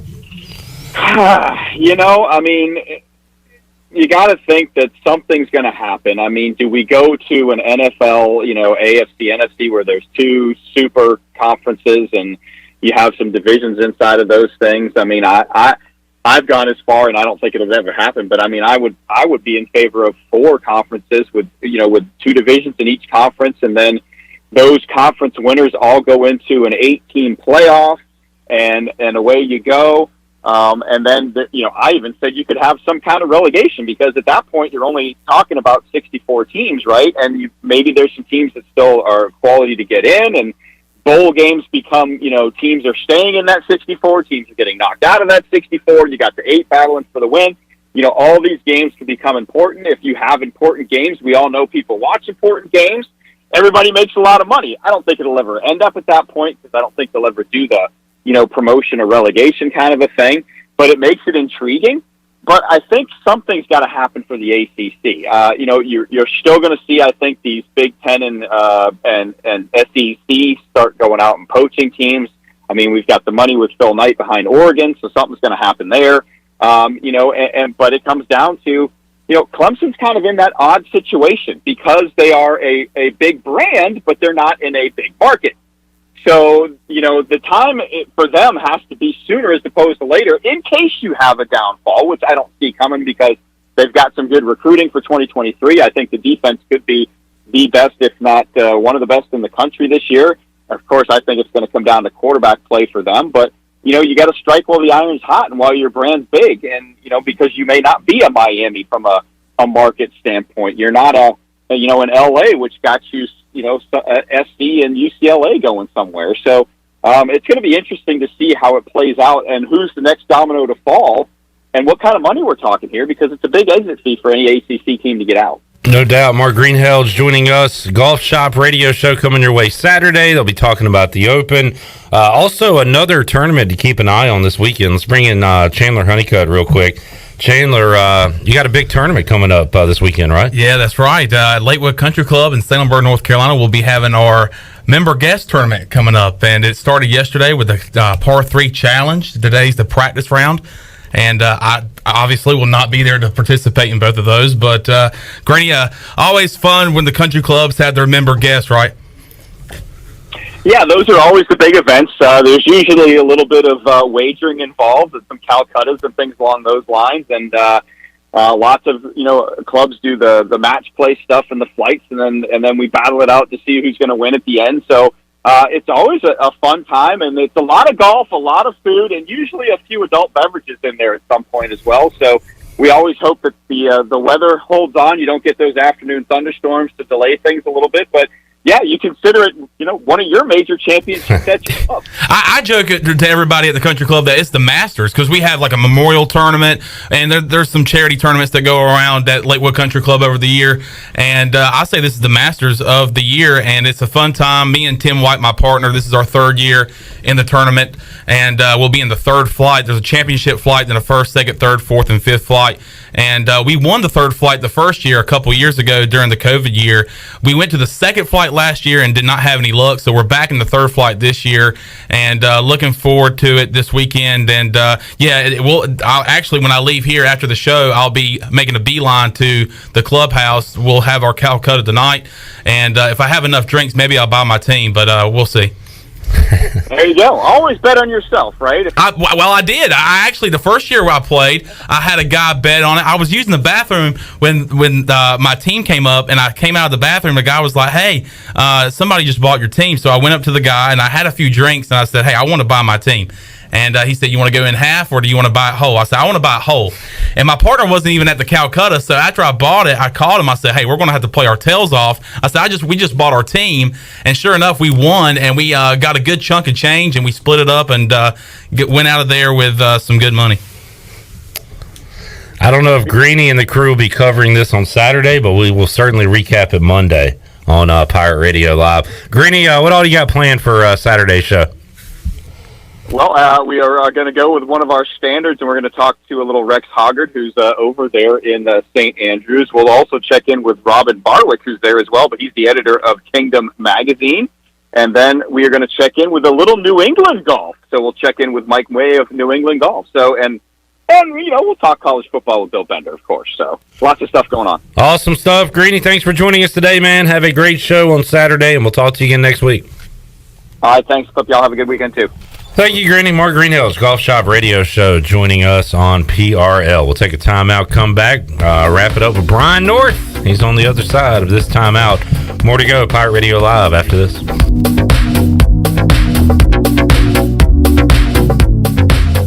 Hey Pirate Nation, this is Kyle Gaines from Washington Chrysler Dodge Jeep Ram. Not only will you feature a great selection of pre-owned inventory for sale, but we'll also buy your vehicle even if you don't buy one from us. Drive a little, save a lot. Give us a call and make a short trip to Washington and let us buy your vehicle today. It is totally worth it. We also service all makes and models at our state-of-the-art service department. Washington Chrysler Dodge Jeep Ram between Greenville and Washington, and WashingtonChryslerDodgeJeepRam.com. Remember, drive a little, save a lot. Go Pirates. If you have family coming over this summer, the last thing you need is sweaty relatives. Guarantee your air conditioning system is ready to keep everybody cool. Call Delcor. Buy a new train system and make no payments until 2023. It's hard to stop a train. With inflation and high gas prices, you don't need another payment. So buy this month and make no payments until 2023. Go to DelcorInc.com or call 252-321-8868. Delcor, the service professionals. This is Talbot Green with Angel Oak Home Loans. The real estate market is extremely competitive right now. The importance of being pre-qualified is absolute must before you begin shopping for a new home. At Angel Oak, we offer a wide variety of programs ranging from conventional, government, and portfolio loans that fit most financial situations. To get started, contact Talbot Green, Braxton Green, Joanne Weir, or Wanda Hager at 751-2060. NMLS 1719250, Equal Housing Lender. Great food, great atmosphere, and great service is Ottavola Market Cafe. Ottavola is simply a restaurant that focuses on that, being a great restaurant. There's something for everyone at Ottavola. The menu offers a variety of great choices like pastas, pizzas, sandwiches, soups, salads, and seasonal rotating selections. Lunch or dinner, Ottavola is always the right call. Call ahead and get Ottavola to go, or stop by the bar for a drink with friends. It's simple. Come and eat at Ottavola Market Cafe, Red Banks Road next to Food Lion, and OttavolaMarket.com. Ottavola, Pirates supporting pirates. The convenience of Pitt Greenville Airport is waiting just outside your front door. Service is back, so you're connected to destinations worldwide through flights from American Airlines. Plan your next trip. Book your flights today at flypgv.com or aa.com. Avoid the long check-in lines and congestion at the big airports and fly local at PGV. Fast, convenient, and close to home, PGV has more American Airlines flights. Book today at aa.com. PGV, where the pirates fly.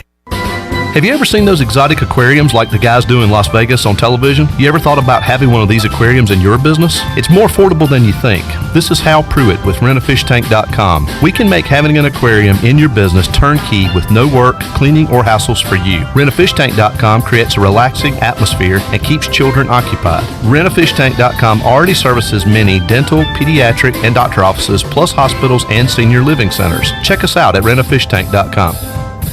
So, how does short points work? Well, at Jersey Mike's, 6 regular number 13s plus 3 giant number 7s equals a free regular number 13. So, Pepsi and Lay's now earn more points towards free subs. That adds up. Exactly. Download the Jersey Mike's app and earn rewards towards free subs with every sub, Pepsi, and Lay's you purchase. So, how does short points work? Well, at Jersey Mike's, 6 regular number 13s plus 3 giant number 7s equals a free regular number 13. So, Pepsi and Lay's now earn more points towards free subs. That adds up. Exactly. Download the Jersey Mike's app and earn rewards towards free subs with every sub, Pepsi, and Lay's you purchase. America's favorite light beer, Bud Light, is also the official beer of the ECU Pirates. When planning your fun times at the pool, river, beach, or backyard grilling, be sure to pick up some Bud Light at your favorite retailer. Bud Light carefully brews their beer to be perfect for anywhere there is fun, because when there's fun, Bud Light is there. Have fun this summer, Pirate Nation, and always stay in the game and drink responsibly. Bud Light, the official beer of the ECU Pirates, and proudly distributed by Carolina Eagle Distributing since 1989. Pirate Radio.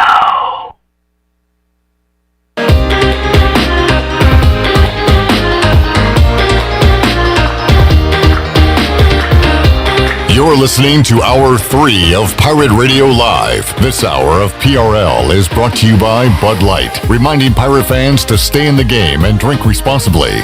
Bud Light, the official beer of the ECU Pirates, and proudly distributed by Carolina Eagle Distributing since 1989. Now, back to the show. Welcome back. Taking a quick look at your stock market report. The Dow was up 658 points, closed out the week at 31,288. The NASDAQ was ahead 201 points at 11,452. The S&P was also up 72 points, closed out the week at 3,863. That is your Wells Fargo Advisors financial report. For a personal look into investing, call Wells Fargo Advisors today at 756-6900 in Greenville. Wells Fargo Advisors, LLC, member SIPC. Now let's head back into PRL. Here is Clip Brock. Alrighty, Brian North is our closer on this Friday. Let's head out to the Pirate Radio Live line and talk to Mr. North, WCTI 12. He joins us here on PRL. North, how you doing, man? Doing good, enjoying one of those really slow last weekends of summer before things really get cranked up, or last weekend without any NFL camps going on. Yeah, we are getting close to football season, and let's start with some high school football. Had Will Bland, head coach J.H. Rose earlier on the show today. Got Nate Connor coming up on Tuesday. So starting to preview area high school football here on Pirate Radio Live. And thanks to Brett Kennedy from WCTI 12, found out that Andy 2 announced he was stepping away as South Central's head coach. And I guess he represented the Falcons as in an all-star game recently. But Brett Kennedy had that on Twitter. And I talked to a former South Central player who played for Andy 2, and sounded like, Brian, that he stepped down, but maybe it wasn't his decision to step down.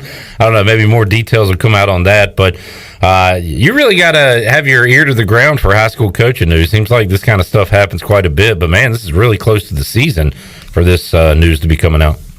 He actually had stepped away back in February, and they had an interim who they now named a head coach. Okay. So, but Andy, has been there quite a long time, and so high school football, it's tough. The jobs turn over pretty quick. Pitt County's been really lucky to have some good long-time head coaches who have wanted to stick around at some of those schools. But lots of changes going on these last couple of years. It feels like almost everybody has changed coaches in Pitt County here in the last couple of years. So it happens. There's when I got here 24 years ago, this will be my 25th year. I mean, I don't think there's anybody who's the original coach that when I first arrived here. So high school football, higher burnout factor and more pressure.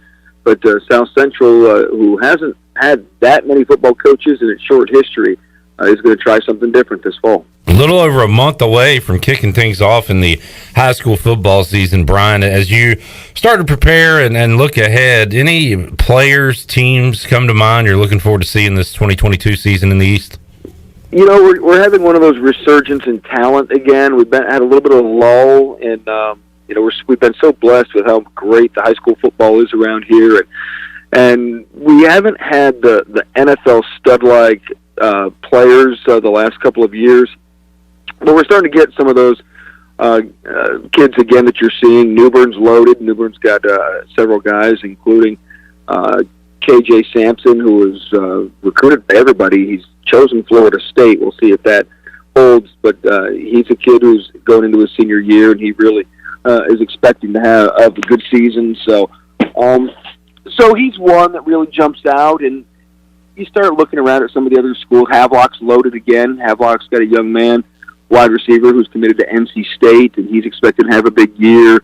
So you've got a few of those schools that you're really looking forward to. Brian North joining us on the Pirate Radio live line as we bounce around, talk about what's going on in the world of sports. Saw this headline, Brian, that North Carolina had and we'll switch gears to basketball, first recruit to decommit from North Carolina since 2003. And that player ended up going straight to the NBA, J.R. Smith. But this is G.G. Jackson decommitting from North Carolina. And look, I got to be honest, I don't know who G.G. Jackson is. I don't follow, North Carolina basketball recruiting, but a lot of talk about this on social media last night and other places. So I'm seeing maybe South Carolina, Frank Martin in play here, but I don't know. Have you been following this story? And just a little bit, just because of the salaciousness of that, I didn't realize North Carolina hasn't had a player decommit. Yeah. Since J.R. Smith. I don't even know how you call J.R. Smith a decommitment because he jumped to the NBA. Right. But it's just, North Carolina folks are not used to being spurned at the altar. And so now they've got a young man. And this is kind of a complicated story because he had verbal to play for Frank Martin at South Carolina. Then Frank got tossed in Columbia, so they're changing coaches. He said, well, I don't want to be a part of this. And Hubert Davis scooped on in and scooped him up, but now he's talked about reclassifying, maybe one more year of prep school. There's talk of maybe he goes back to South Carolina. So it's just been interesting. The kid's from Columbia, so it's weird, but there was some weird tweets about how Hubert Davis is finally getting his, and so that's and no one would explain what that meant. So there's just been some of this back and forth between North Carolina and South Carolina fans deal. But G.G. Jackson is, from what I can tell, he's a good basketball player. But I don't know if he was going to make or break a college basketball roster this year. A tall, thin guy. Again, he's good, but I don't know if he was the recruit who's going to win you a national championship.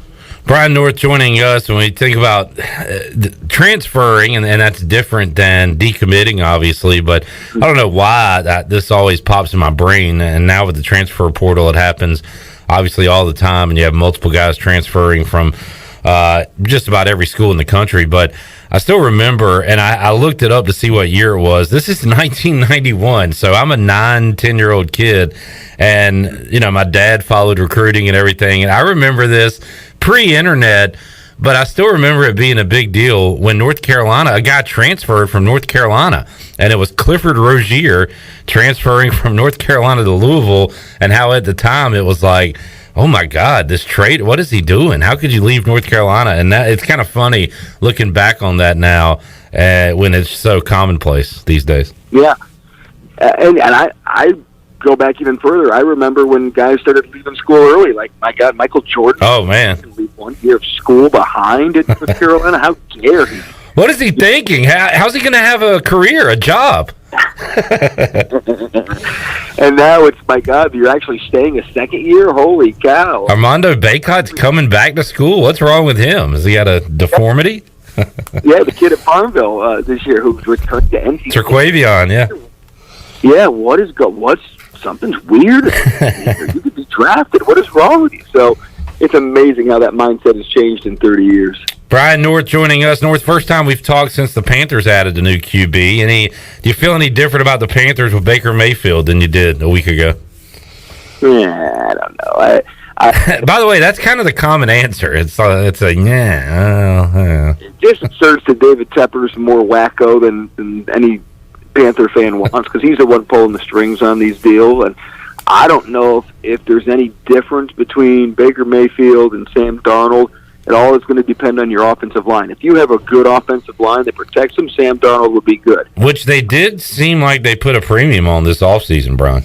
Tried to. Right, tried to. And I think we're going to see if the payoff. And when Christian McCaffrey stays healthy, the quarterback is better as well, no matter who it is. So when you start looking and breaking down, okay, so let's give them a perfect scenario. If you have a much better offensive line, McCaffrey stays healthy, and you got the weapons to throw to, who's the better quarterback? What's the better situation? Sam Darnold's probably got the better arm. He's the better athlete. But Baker Mayfield may be a little bit better of a decision maker. Maybe it's maybe a little bit more of a leader, although that leadership is coming into question. So Darnold seems to be the better athlete. Mayfield seems to be the more, I don't know, reliable decision maker. And even that's scary. They're both rebels that throwing the football. They try to do things they shouldn't do and get in trouble with turnovers that way. So I'm not sure there's a huge difference. And if your offensive line is horrible, they got to run for their life. I don't think there's much difference in who's back there. Darnold may be able to stay healthier because he's a little bit better of an athlete. You know what Baker has more of than Sam Darnold, Brian, and that's moxie. And I don't know what that is, but I know Baker has more of it. Certainly is a better interview. Darnold is one of the most boring interviews I've ever seen in my life. Yeah. And Baker Mayfield will talk some junk and trash, which is a little bit better for us media. There you go. But I'm not, maybe Matt Corral's the guy that I think more Panther fans would rather see. Yeah, I like Corral. Brian North joining us. A lot of people don't like Matt Rule, and they have their reasons, and most of it's because he hasn't won in Carolina. And when I say people, I mean Panthers fans. But you could, if you were to, say you were a lawyer defending Matt Rule as an NFL head coach, you could point to quarterback situation he walked into and has gone through so far in a very short amount of time, and also the McCaffrey injuries that you've talked about the last couple of years. And excuses, whatever, it's his job to figure it out. But, man, the dealer didn't give him the best cards, I will say. I'll even throw in pandemic might be the worst thing. Remember, there's that too, yeah. We went into the pandemic. So yeah. He hasn't been able to go through the normal routine of talent evaluation in person, practice time, all those things. I think last year, maybe the last 2 years, he's been quick to make some changes. He's been quick to try different things. He hasn't been as steadfast as some coaches and been a little wishy-washy, and some of his decisions have not worked out. Personnel-wise, I don't know if you can even blame him for a lot of those issues. I think that's been coming from rotating general managers, and I'm telling you, David Tepper is turning into that wacko owner who wants to have a new shiny toy in there and will pull the trigger on it, and then expects you to win with it. So I really go to blame him more than ever. But I liked the Matt Rule hire when it happened. I looked at what he did in college and all his other stops, and how by the third or fourth year he really has turned things around. Well, last year they were stagnant. They've gone from 5 wins to 5 wins. So this is a huge year for him. I don't think he's an idiot, but the NFL game is a little bit different, and the cards he's had to deal with have been a little bit different as well. So this is a huge year for him. Last year I thought the pressure may have gotten him a little bit, so I'm real curious to see how they react and how, when things get a little tough, how he reacts this year and how quickly the fans will turn on him. I do know that's going to be a fun week 1 in Charlotte. Baker Mayfield facing his former team, and it is to be determined who the Browns roll in here into the state of North Carolina playing quarterback week 1 with Deshaun Watson. Could be, I mentioned earlier this week, could be a homecoming. Jacoby Brissett playing football back in the state of North Carolina. I'm sure fans will love that. Jacoby Brissett, I feel like he's so underrated. Everywhere the guy goes, he gets put into this weird position. He plays pretty well, and then gets kind of like sent packing because they want to try a different option. But I think I feel like Jacoby Brissett's been pretty good most places. So if you did your rankings for like backup quarterbacks, Brian, he'd definitely be top 10 in the NFL. And the Browns have talent, so I'm not. That's going to be real interesting to see how that plays out in Cleveland. I think he's just been quietly going about his business while all this other drama's been going on. And again, this isn't new for Jacoby. He's been in some weird positions before, and all of a sudden had to play. And for the most part, I think he's played pretty well. So that whole Week 1 scenario is going to be real interesting. Of course, the Panthers will probably screw it up, and Matt Rule will make like Sam Darnold the opening quarterback or something. It's going to be something. The Panthers will screw this up somehow. Yeah, back-to-back years with the quarterback playing his former team. It was Darnold versus the Jets last year. It could be Mayfield versus the Browns this year. And, yeah, we were talking about this with buddies one night after Sports Trivia at AJ's, how it's good that this is Week 1 and the NFL set it up this way, which they didn't know Baker was going to be in Carolina unless they really are pulling all the strings behind the scenes. But I remember when it was, Cam went to New England and they had the Panthers on the schedule like Week 9 or whatever. And I joked that, by the time we get to this game, like Cam will be replaced and the Panthers will have like PJ Walker in a quarterback, and sure enough, all that happened. And so it's really week to week now in the NFL. If you don't have a great top-notch quarterback, all those guys can be replaced. So at least for 1 week, you'll have that tasty. Hey, and look, we're in the state of North Carolina. We talk about the Panthers a lot, but in the NFL landscape, the Panthers, I think, are overlooked quite a bit. At least it'll get them on the radar Week 1 with Baker. And as long as Baker's there and talking, like you said, it kind of makes the Panthers a little bit relevant until they drop a few games. Oh, so much. Sam Darnold's the worst interview I've ever seen in my life when it comes to the media standpoint. You go from having Cam all those years to then, Darnold tries to be generic and say the right things, then he screws those up, but it's so plain and boring. Yeah. How about the guy that gets screwed the most out of this is P.J. Walker, right? PJ probably's lost his roster spot. He had already lost his jersey. He had already given his jersey to the punter Hecker. Now Hecker's given it to Baker Mayfield. So now P.J.'s got to sit there in the quarterback room and look at his number and the guy who probably is going to cost him a roster spot, but he's got to sit there in training camp and go through that crap. Yeah, well, he's a Matt Rule guy, so hopefully he'll have a job somewhere in the Panthers organization. North, good stuff, man. What you got on the docket this weekend? Man, I'm telling you, I just did a Facebook post. This is the first time in a month and a half that I got done on Friday. I looked at the calendar. I looked at the weekend. There's no birthday parties. There's no MC opportunities. There's no sporting event. There's nothing on my calendar this weekend, and that is rare, and we know it's going to be even more rare as we get into football season. So nothing but getting in naps and trying to keep the kids alive is all I'm doing this weekend. All right, well, good luck with those tasks, and we will check in with you again next week as we creep closer to another fall and more football. Brian, thanks for joining us, man. Have a great weekend. We'll talk to you soon. All right, sounds good, Clipper. Brian North joining us on a Friday edition of PRL, and that does it for the show and for the week. Thanks for tuning in. We'll be back with you Monday, 3 o'clock, with an all-new edition of Pirate Radio Live. For Shirley Rhodes, CJ Schaefer, Chandler Honeycutt, the crew here at Pirate Radio. Have a great weekend. We'll talk to you Monday. So long, everybody.